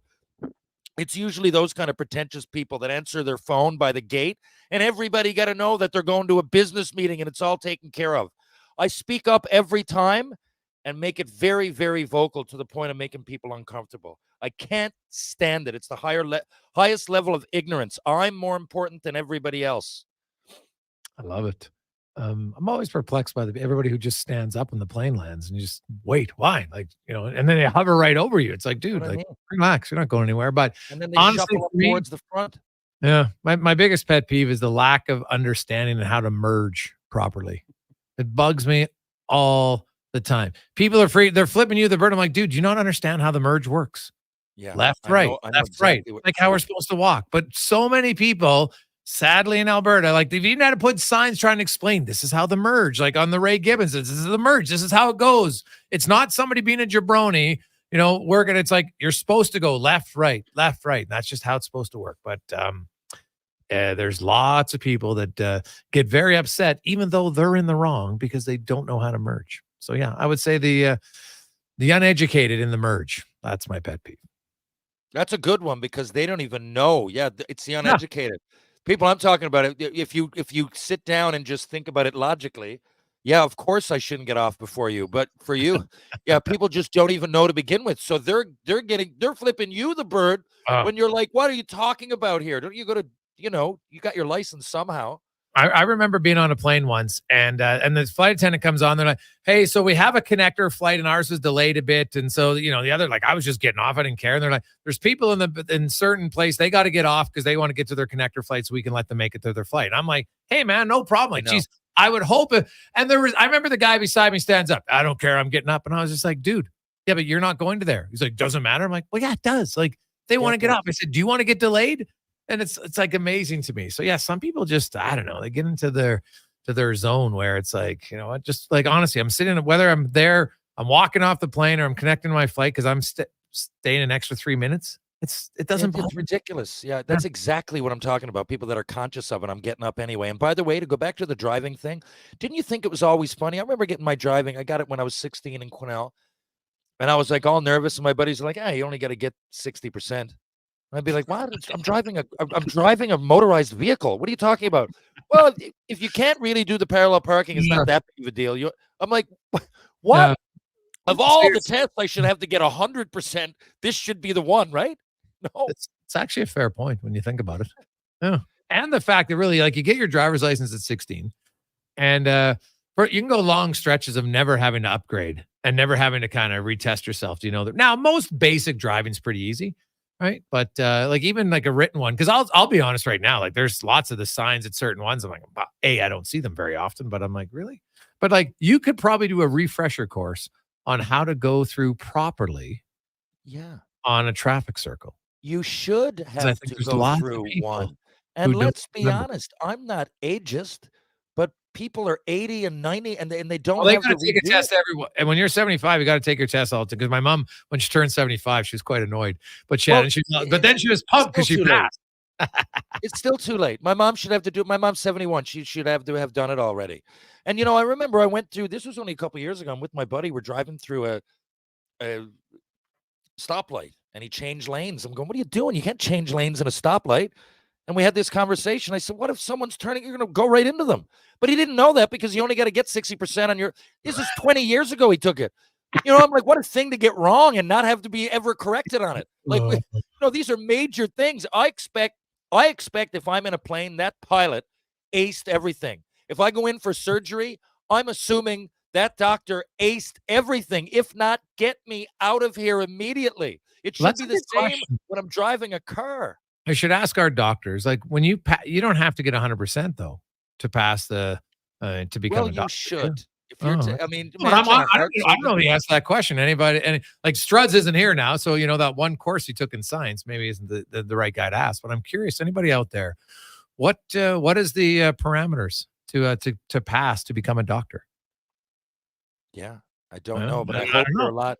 I don't know. You're driving that car around. And there's got to be a practicum part of the doctor, right? Like you got to know that you can actually do the surgery, don't you? You would think for the most part, but if there's one part of that you even muff a little bit, a lot of things are going to go wrong at a major level. So you would think so. I really don't know. It's a great question. My cousin is a doctor. I'll ask her. You ask her, yeah. Any of our medical professionals, you let me know. I'm just curious minds. I'm very curious. Want to know. Connor, what about you? Yeah. Oh no, he said he hates. Oh, buddy, don't get him started on the carts. Non-carts or cars. I also hate when people leave messes in food courts or fast food restaurants. Oh, that's true. Yeah. I pick another ignorant thing. Look at the garbage. It's easy. It's very simple. It's true. I like it. TR, we'll talk to you on Thursday. Okay, guys. Thank you, Connor. Thank you, Jason. Thank you, Edmonton. Good luck, Oil. See you next week and talk to you on Thursday. There you go. That's Terry Ryan. I think he's coming into town is what he's talking about. See you next week. I like it. Let's get to the Con Man and a Sports 1440 update brought to you by High Street Insurance. 10 years. They build look after people, not just products. Started in Edmonton. They've expanded. Are national. They'll always call Edmonton home. Go Oilers, go from highstreetinsurance.com. This is a Sports 1440 update. Joe Pavelski said today he has no plans to play anymore in the NHL after over 1,500 career games in 18 seasons. Pavelski just wrapped up his 5th season with the Stars and turns 40 next month. Some news from Major League Baseball today is San Diego Padres infielder Tucupita Marcano was banned from baseball for life for betting on the sports. Major League Baseball says he bet 387 times on the majors, more than $150,000 from last July through November with an illegal sports book. He became the first active player to be banned from Major League Baseball due to gambling in a century. On the diamond today, the Jays are in action about a minute away from first pitch as they'll take on the Orioles. A couple games underway right now. Brewers, Phillies, Dodgers, Pirates, Mets, Nationals, all scoreless. Marlins lead the Rays 3-0 in the second, and in the third, the Royals have a 1-0 lead over the Guardians. Elsewhere tonight, the Red Sox will host the Braves. You got the White Sox taking on the Cubbies. Rangers host the Tigers. Astros host the Cards. Reds travel to Denver, taking on the Rockies. Mariners up against the Athletics. And the Giants meet the Diamondbacks. And from the NFL, the San Francisco 49ers are signing running back Christian McCaffrey to a 2-year extension worth $38 million. WNBA Commissioner's Cup underway. Right now, the Sun on top of the Mystics. Scratch that. Just tied it up at 4 apiece. That one just got going. Still to come tonight, the Sky hosts Liberty and the Mercury head to Seattle to take on the Storm. Coming up in hour 4 of the Jason Gregor Show, we will be joined by Mark Spector of Rogers Sportsnet and Derek Van Diest from NHL.com. I'm Connor Halley. This has been a Sports 1440 update. Sports 1440 in West Edmonton Mall and Wetaskiwin. CKJR is a Stingray radio station. Download the free radio player app and listen wherever you go. On front saddle for McDavid. 5-set steal. Let's bring it home. This is Sports 1440. The playoffs are wild. We all know that. And this year, Play Alberta is making it even wilder. Make a deposit with promo code Gregor50 to snag a $50 free sports bet with your next deposit. Get ready for unbeatable promotions throughout the playoffs with 10+ odds boost on every Oilers playoff game. Score a chance to win a pair of Lower Bowl or even exclusive sweet tickets for an Oilers playoff game just by making a bet on an Oilers playoff game at playalberta.ca. Bonus terms and conditions apply. I'm Ryan Nugent-Hopkins. And I'm Zach Hyman. And when we're not making juicy sweet passes or having my goals disallowed, we're working for Legacy Heating and Cooling. You know, guys used to call me a plumber, and now they call you an AC repairman.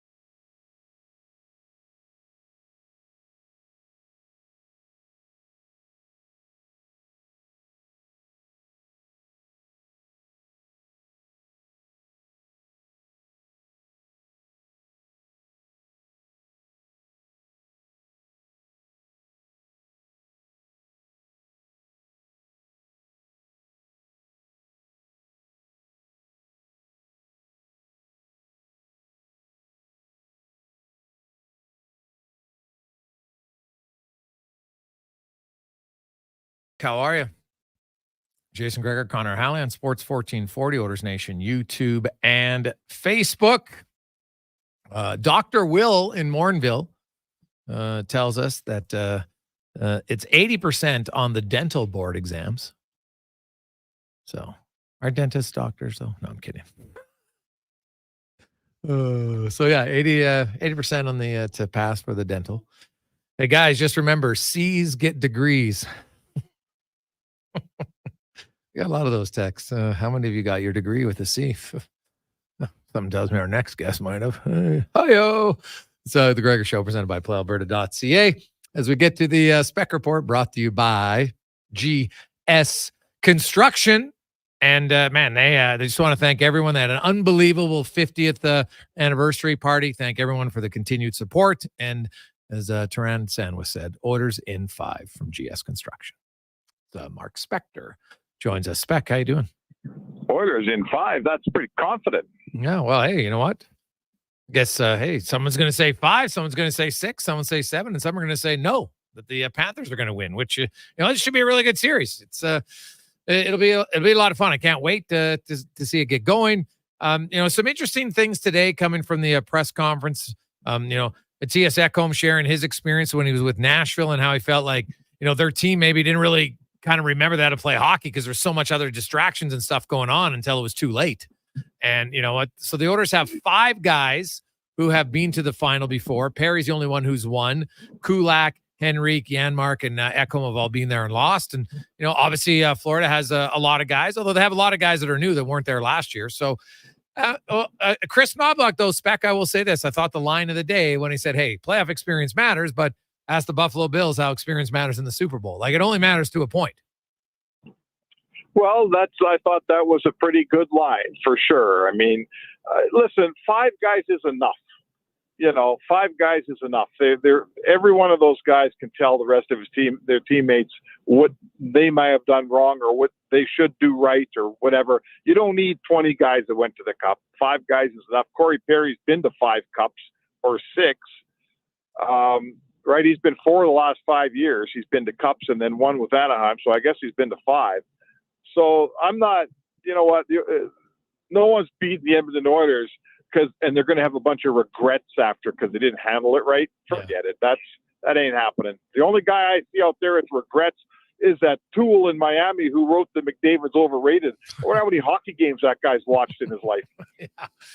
Yeah, to me, that reeked of somebody just trying to, get attention and trying to rile up his readers to be like, yeah, he's overrated. I'm like, you know what? I don't. That's the one thing. It's like, Kachuk saying Barkov's the best player in the world, right? Hey, I really like Barkov. He's an excellent player. If you want to say he's the best defensive forward in the world, I'll agree with you on that.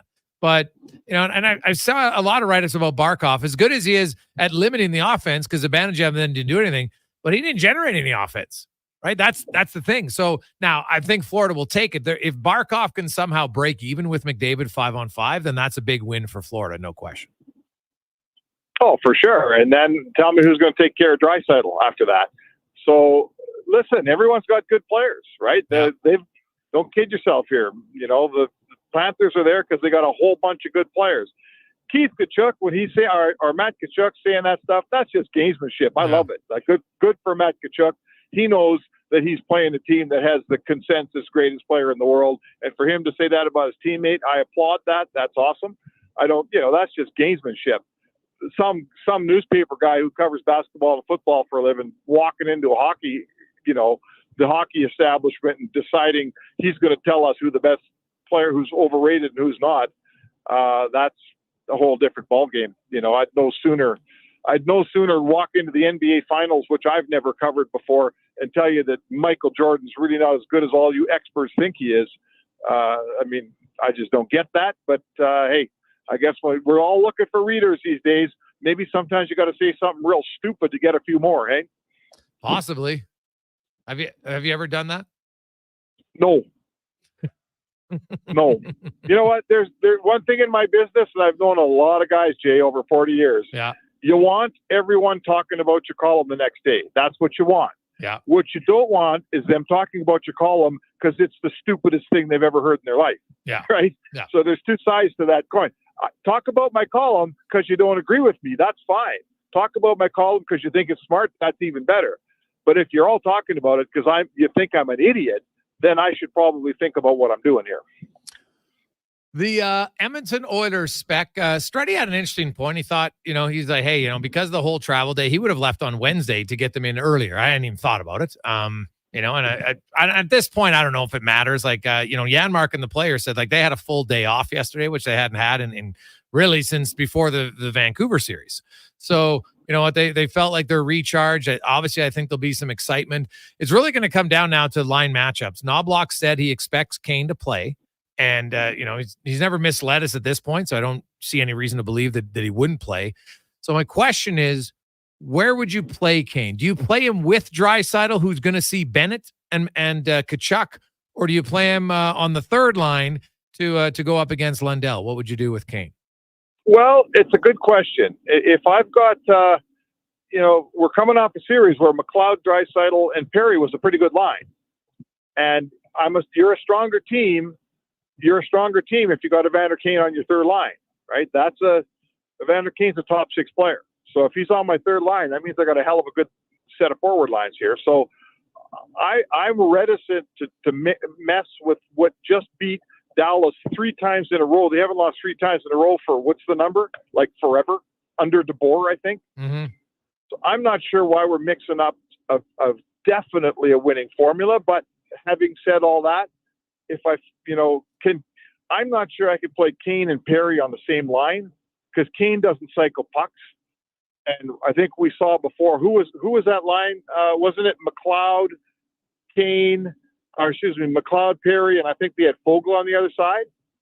And Perry was awful because no one cycles a puck on that line. Yeah. So if I might move Kane. If you're moving Kane up with Draisaitl, Jason, I'm not sure I need to have Perry there anymore. So yeah, you could just go back to Kane, Holloway, and Draisaitl, right? I like Perry with Draisaitl, and I'll be honest with you, Kane hasn't done a ton in these playoffs.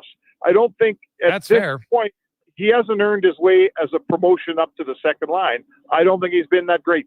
Yeah, I think it's more so for me that Bennett and Tkachuk, the two of them, are going to go after Draisaitl. I don't have any question in my mind. And not that Draisaitl needs protector per se, but you know what? You don't want too much of a distraction. And I'm not sure Perry skates well enough to go up against those guys. Right. So that's my thought process. And McLeod skates well enough, but McLeod's not a guy who's going to be physically engaged to that level. Right. So that's where my thought process is. And, we'll see what he does. But he has zero reason to be worried about the McDavid line. And it's not that he's worried about Draisaitl. I just think of, and maybe it's different because it's 2 years ago and you can't replicate.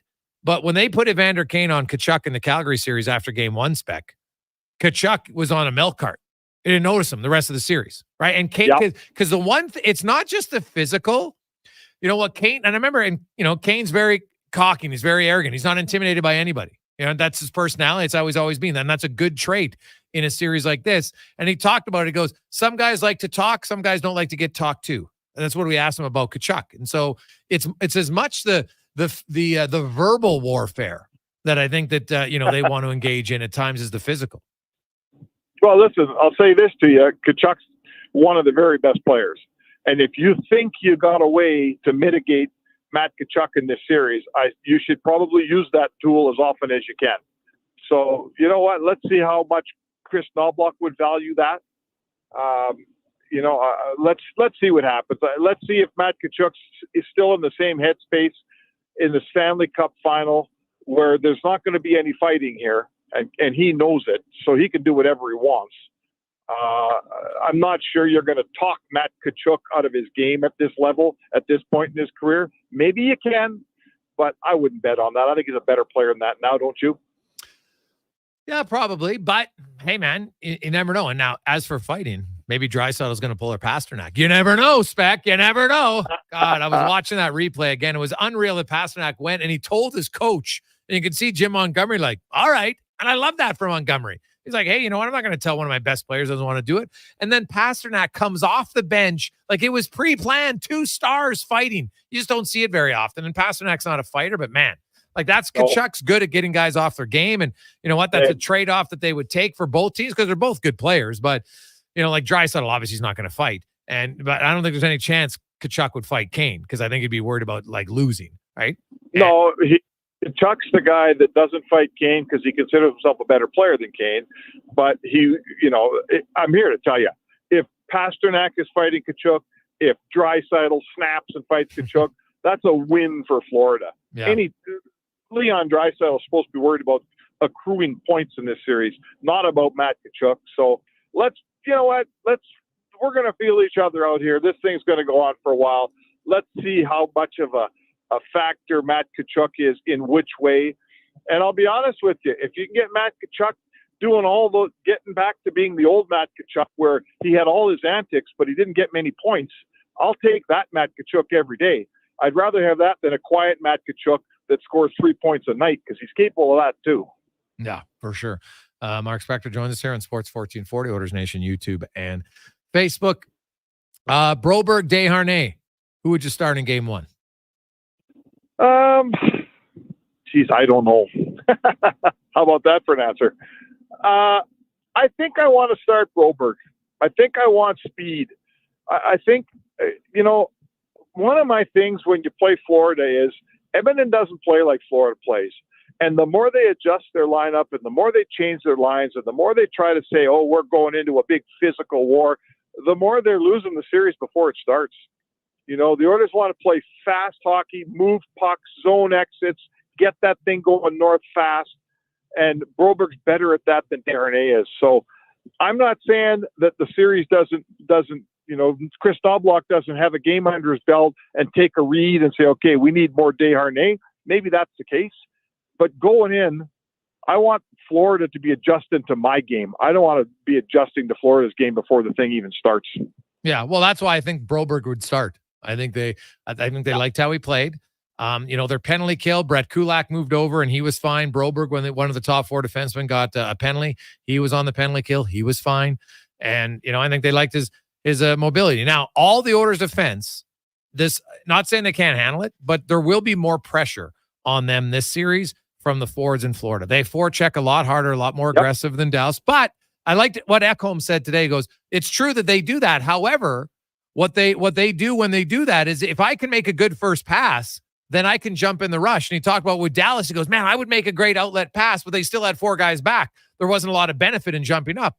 But he outlined how with Florida, there's, you got to have your head on a swivel and you got to be ready to absorb more hits. But if you can move the puck quick and then you are able to jump up by them, now you can get an odd man rush. So that's something to, it was a very interesting perspective coming from Ekholm today.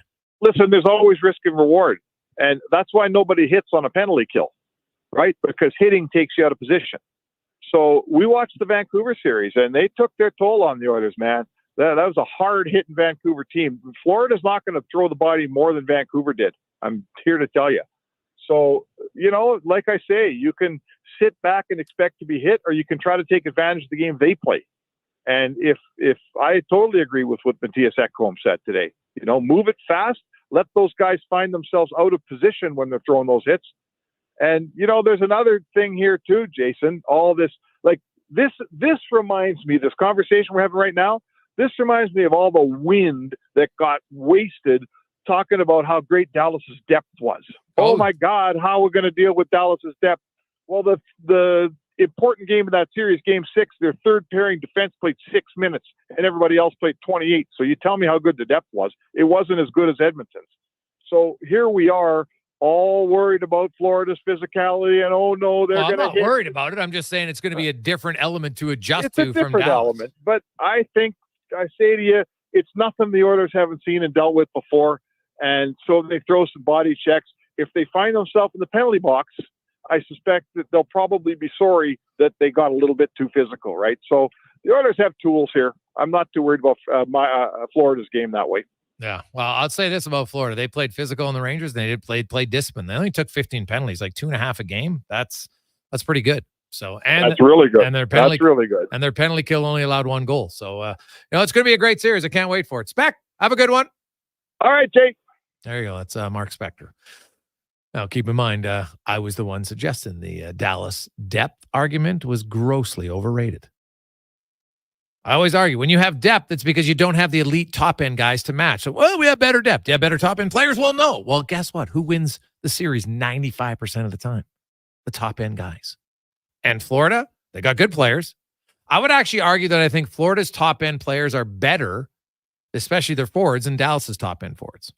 Barkov's better than any center they have, right? Kachuk's better than any winger they have. Right? Verhaeghe, he might be like Joe Pavelski 10 years ago. It's kind of Carter Verhaeghe, but now today, Carter Verhaeghe, he's that good. Right? I really like the forward group in Florida. Now the Oilers have lots of good forwards too. They still got the two best forwards in the series. And when it comes down to it at the end of it, when the rest of your team is good, which the Oilers are now, that's the difference. I still believe the Oilers have the top two best guys. Eventually, they'll be the top two best guys at some point. They might not do it every game. It's hard. But they'll do it for one game like we saw McDavid do it a few times. Right? And then the Oilers have better defense than they've had before, better team defense from their forwards on. Their penalty kill's great. So that's what makes them a tough out. We'll come back. DVD will join us on the Gregor Show, presented by PlayAlberta.ca, coming to you live in the eWell studio, EWEL.ca. Try the new extra-large New York-style crispy pepperoni pizza only from Papa John's. Get you some of that crispy, curly, cuppy pepperoni on top of an extra-large New York-style crust pizza with creamy tomato sauce and a 3-cheese blend. This ain't around forever, so walk fast like you're in NYC and order one now. The extra-large New York-style crispy pepperoni pizza for just $22.99, only at Papa John's. Better ingredients, better pizza, better get you some. Edmonton Stingers basketball face the Vancouver Bandits Tuesday, June 4th at the Edmonton Expo Center. Enjoy affordable family fun with a $5 food and drink menu and free parking. Tickets start at just $20. Visit thestingers.ca/tickets. What's cracking at Cattail Crossing? The Mixed and Mingle League. Join Cattail Crossing Golf and Winter Club every Thursday as they pair up males and females for a fun and social round of golf. Only $33.30 all season long. Details at cattailcrossing.ca. CW Eves Troughing is busy. That's why they're looking for experienced troughers to run one of their trucks. To get paid top rates, contact CW Eves Troughing at 780-435-1492 or email info@cweves.com. For a silly hockey fan, your partner in power just skated onto the ice. CWEL.ca, the new e-commerce website for electrical wholesalers Edmonton, is ready for the power play 24/7, 365. UL skates to where the puck will be in 5 years. Now that's forward thinking. Killer selection, slamming products from the best brands, and legendary service. Don't sit on the bench. Get your account today at ewell.ca and win that project. Plug into your partner in power. Get an EWEL.ca account today. This spring, the savings continue at the Brick. Take up to 40% off furniture and mattresses, as well as the chance to scratch and save an additional 40% off your purchase. Plus, you'll have the chance to win great prizes, including a $10,000 Brick shopping spree. Find amazing deals on kitchen appliances and save up to $400 on sofas, so you can prepare your ultimate game day snacks and then watch the game in style. Some exclusions apply. See in-store for details. The Brick, saving you more. Some people prefer pre-owned to saying used. Sherwood Honda will happily sell you a used vehicle. But first, it will be pre-Sherwood Honda certified with a 159-point pre-inspection. Then pre-stored to Sherwood Honda's high standards. Then they pre-guarantee the lowest finance rates and prevent problems with the 30-day exchange privilege. Pre-owned or used, Sherwood Honda actually has plenty of both in stock with a buying experience you sure would prefer. Vision Credit Union is proud to serve rural Albertan entrepreneurs, business owners like Brent and Leanne Gome, who've owned the Kill and Feed and Farm Supply for almost 20 years. The company offers grain processing, feed, livestock, calving, and vet supplies, and more. Recently, they've even added a self-picking bale truck and delivery to their services. Now that's a lot of getting down to business. Looking for financial services to help your company get down to business? Learn more at visioncu.ca. When you want to recognize the top performer on your team, come create memorable and customized trophies and awards with Elite Promotional Marketing. Elite's in-house design team will help you achieve your corporate award goals. Head to elitepromomarketing.com.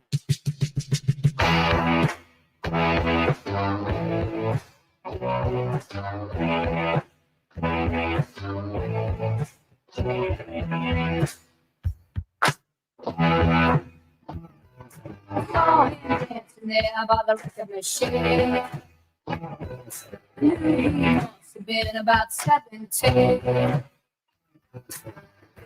strong.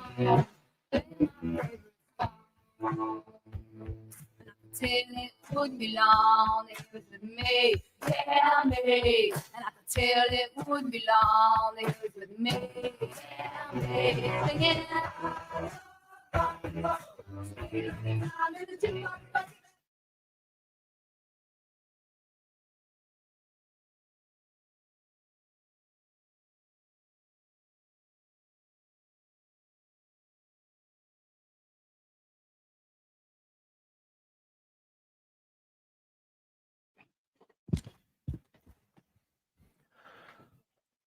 .532. Welcome back.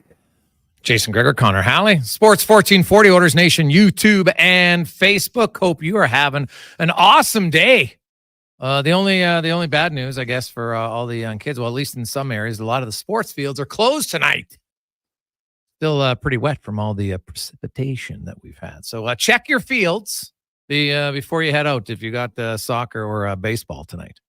You don't want to show up and then all of a sudden it's closed. And then you're like, well, this blows. So there you go.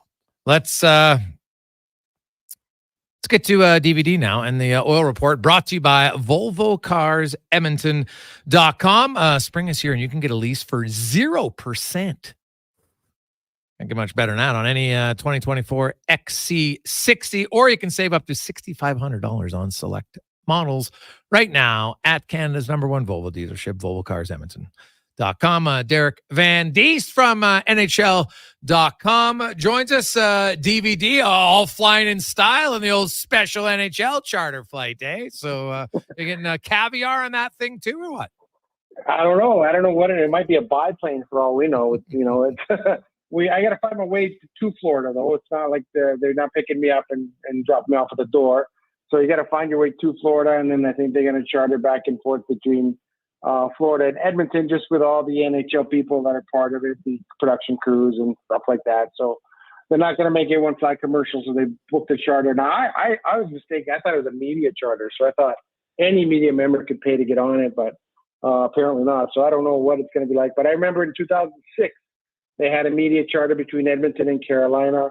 Left really bright and early. Like we're talking about 6, 7 in the morning. These planes leave and they fly to the next destination. So, it'll be late nights, early mornings, I think, in the Stanley Cup playoffs. But I'm still looking forward to it. You're getting in, of course. There's media day. We've talked a lot about the Oilers, and you look at Florida. They got the Selke Trophy winner in Barkov. You got Bobrovsky. There's obviously Tkachuk. What about their defense? Gustav Forsling, talk about, I went through it and I have the article up at OilersNation.com if anyone wants to see it. I did a breakdown of how the Panthers were built compared to how the Oilers were built. And, Florida ended up trading a lot of their draft picks away, guys like Huberdeau and Weegar to get Tkachuk. And, they went in free agency a lot. Bobrovsky was a big one. Carter Verhaeghe was unreal. But, man, their trades were huge. But Gustav Forsling, he's like their top pair defenseman right now. And they plucked him off waivers from Carolina. Now no one thought he was going to be that, but oh my goodness, what an absolute deadly waiver claim that's been for the Panthers. Yeah, that was a steal. Sometimes it works out. It works out in one market and it doesn't work out another team. You look at Sam Bennett. He went to Florida. Look what he's doing in Florida after he couldn't get in the lineup in Calgary for Daryl Sutter. So sometimes a change of scenery does a huge things for players.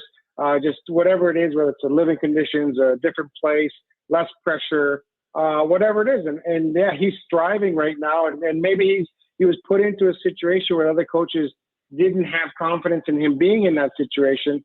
And he's thriving right now. He's probably one of the stories of the playoffs right now, just how well he's playing. Now, he's playing with Aaron Ekblad, an excellent defenseman. And so you got to wonder, if it's, when you're playing with a guy like that, remember Chris Pronger, some of the partners he had, when you're playing with a guy like that, maybe there's some residual effect to playing with a guy like that. I think it's Hronek in Vancouver, kind of a similar story, playing with Quinn Hughes all year.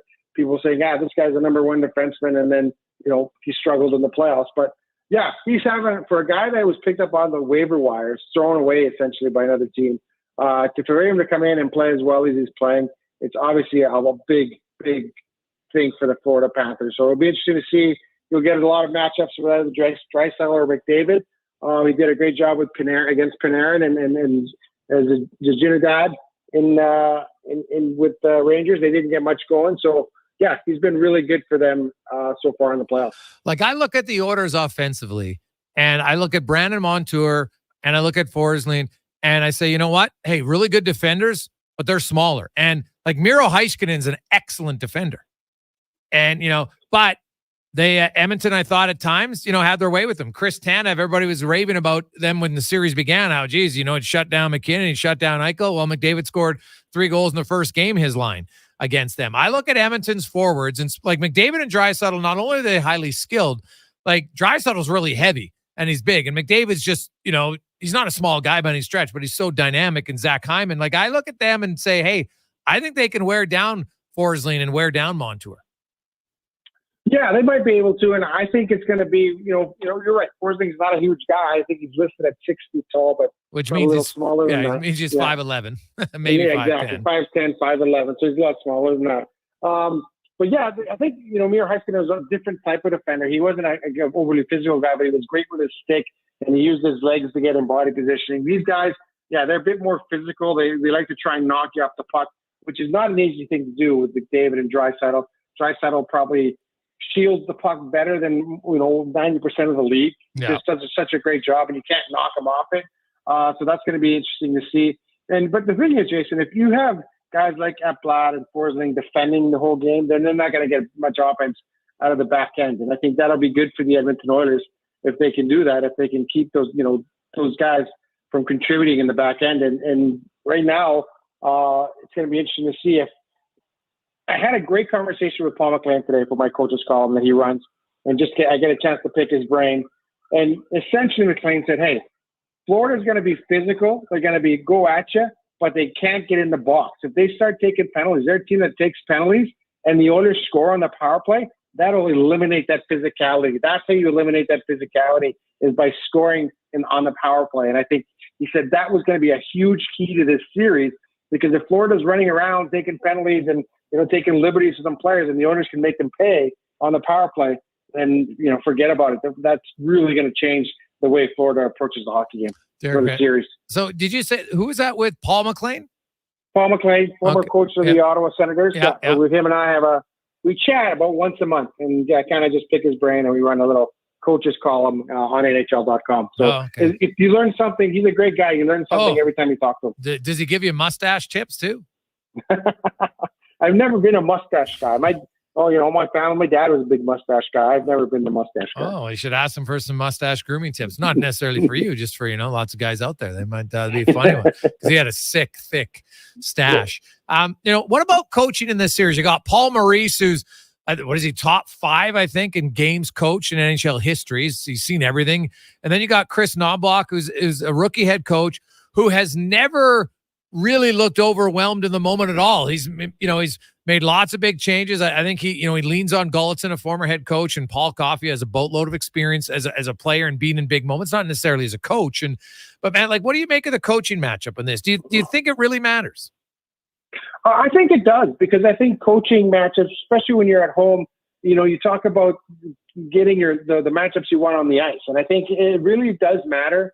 And I think Chris Knobloch has done such a great job of everything he's done, every move he's made. And there's been some moves that a lot of people thought were questionable, but it all seems to work out. And I remember the press conference, we asked him, he's like, what is your process when you go and make a big move like that? And he said, I talk to like 8 to 12 people before I make a decision, because he gets input from everybody. Like, I don't know if Paul Maurice does that, if he's just a guy that decides and then everyone goes with him. He's been around long enough, he's seen enough. But Chris Knobloch, he's one of those guys that's not afraid to get input, not afraid to ask for help, not afraid to ask for other people's opinion. And then he takes all that information, and then he eventually decides, make the final decision. But I think that's a sign of a good coach. If you get surrounded by good people around you, you have to use them. And he's got good people around him. And it's not only the coaches, like he's got, Ken Holland to talk to. He's got Jeff Jackson, and obviously, you're talking about Paul Coffey and Glenn Gulutzan and Mark Stewart. Those guys have been around. They know the game, and he kind of picks everyone's brains.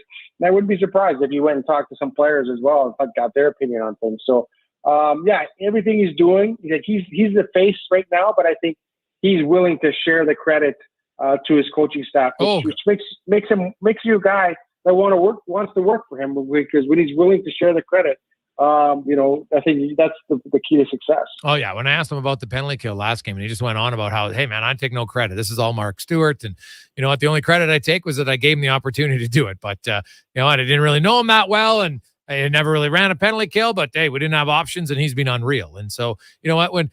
When Stewart, you know, not that he needed it, but when you hear that publicly, and you know, and the coach says it kind of unprodded.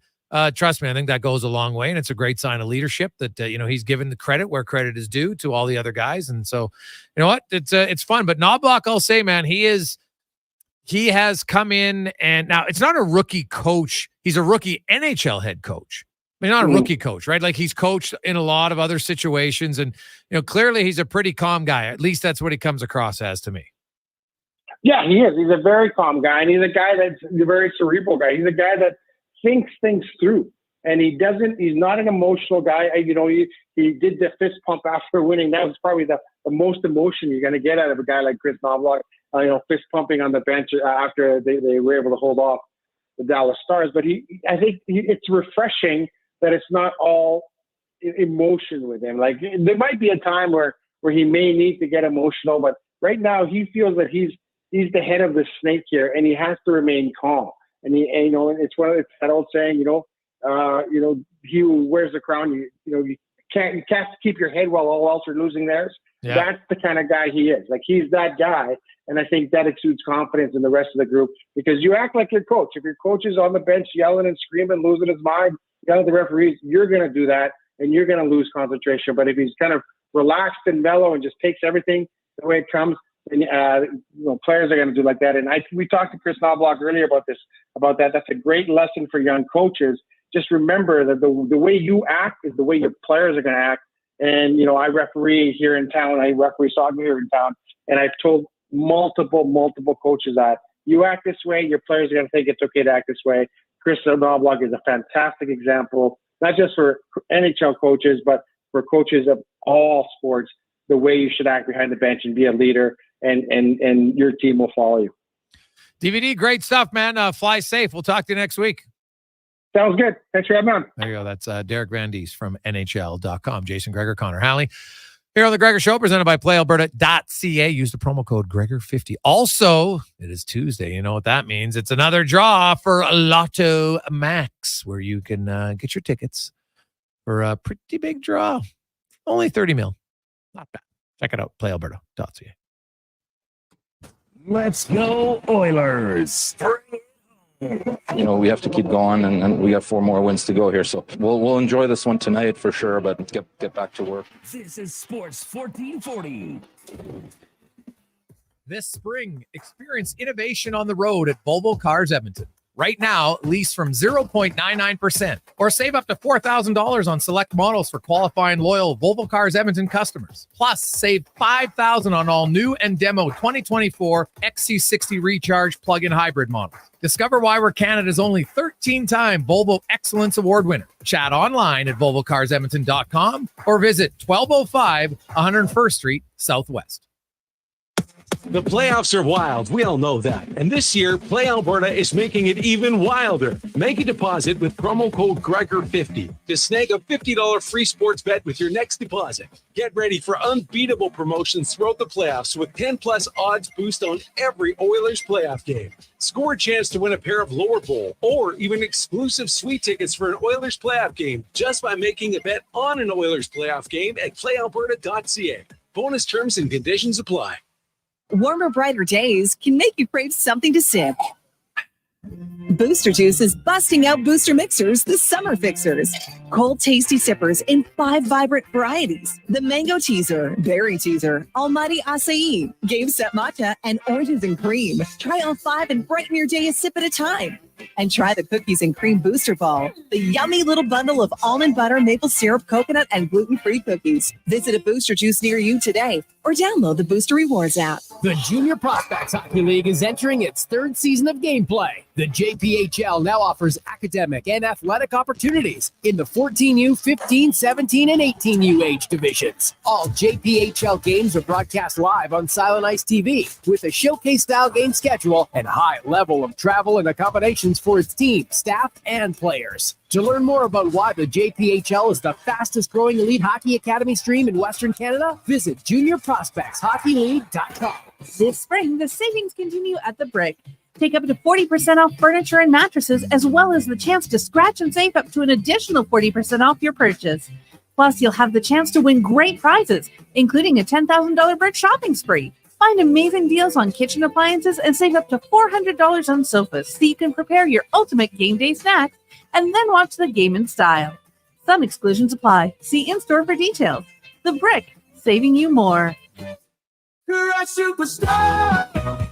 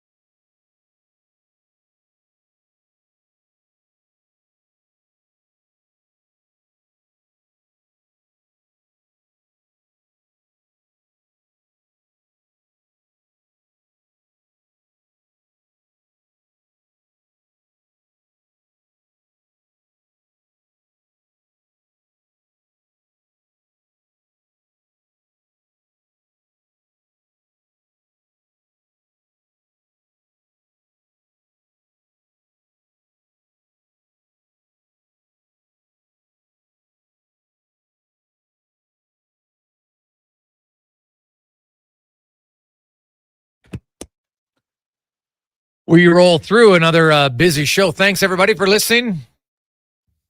Sports 1440, watching at Oilers Nation YouTube and Facebook and on Twitter, Instagram. But Sports 1440, very much appreciate it. You got the app. You're driving all over. That's what's great part about the app, man. Any part of the world, you can listen to it. Love it. Across the country, it's fantastic. Check it out at Stingray or iHeartRadio. You can get it all there. We got lots of text to get to in our email inbox. 833-401-1440 is the text line. Hey, guys, I have to disagree with Spec. I think Florida throws a lot more hits and is heavier than anything Vancouver had from Jorge. Well, I'll say this. I would agree with you up front, no question. I think Florida forwards are much more physical. Now, Dakota Joshua was, yes. But who else really? Like JT Miller played hard. But, Connor Garland, competitive, but it's not the same. Florida has bigger, heavier, more aggressive forwards. But Vancouver had bigger, heavier, more aggressive defense. Right? Like you look, Forsling's not overly aggressive physically. Montour isn't. Ekblad, decent. Nico Mikko has a really big body. He's kind of like Tyler Myers, not as big, but like Tyler Myers doesn't go around and run you by any stretch, right? Suter and Oliver Ekman-Larsson. Ekman-Larsson's probably a little bit more physical. And Kulikov's probably the same as Petrovic, right? Petrovic's in Dallas. You look at the third pair, like Quinn Hughes wasn't very physical, kind of like Forsling. Very good defender. But Vancouver had, Cole was heavy. They had 3 bigger, heavier defense. Florida, though, has way bigger forwards and much more aggressive forwards.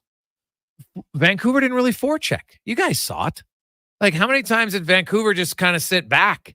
They didn't want it, whereas Florida will forecheck. That's the difference. And I'm not saying Edmonton can't handle it. It's just different. But like Matthias Ekholm said, if your first outlet pass gets by the forecheck, they got a few guys going. Well, now you can jump up in the rush. Dallas didn't do that. He said, I make a great outlet pass.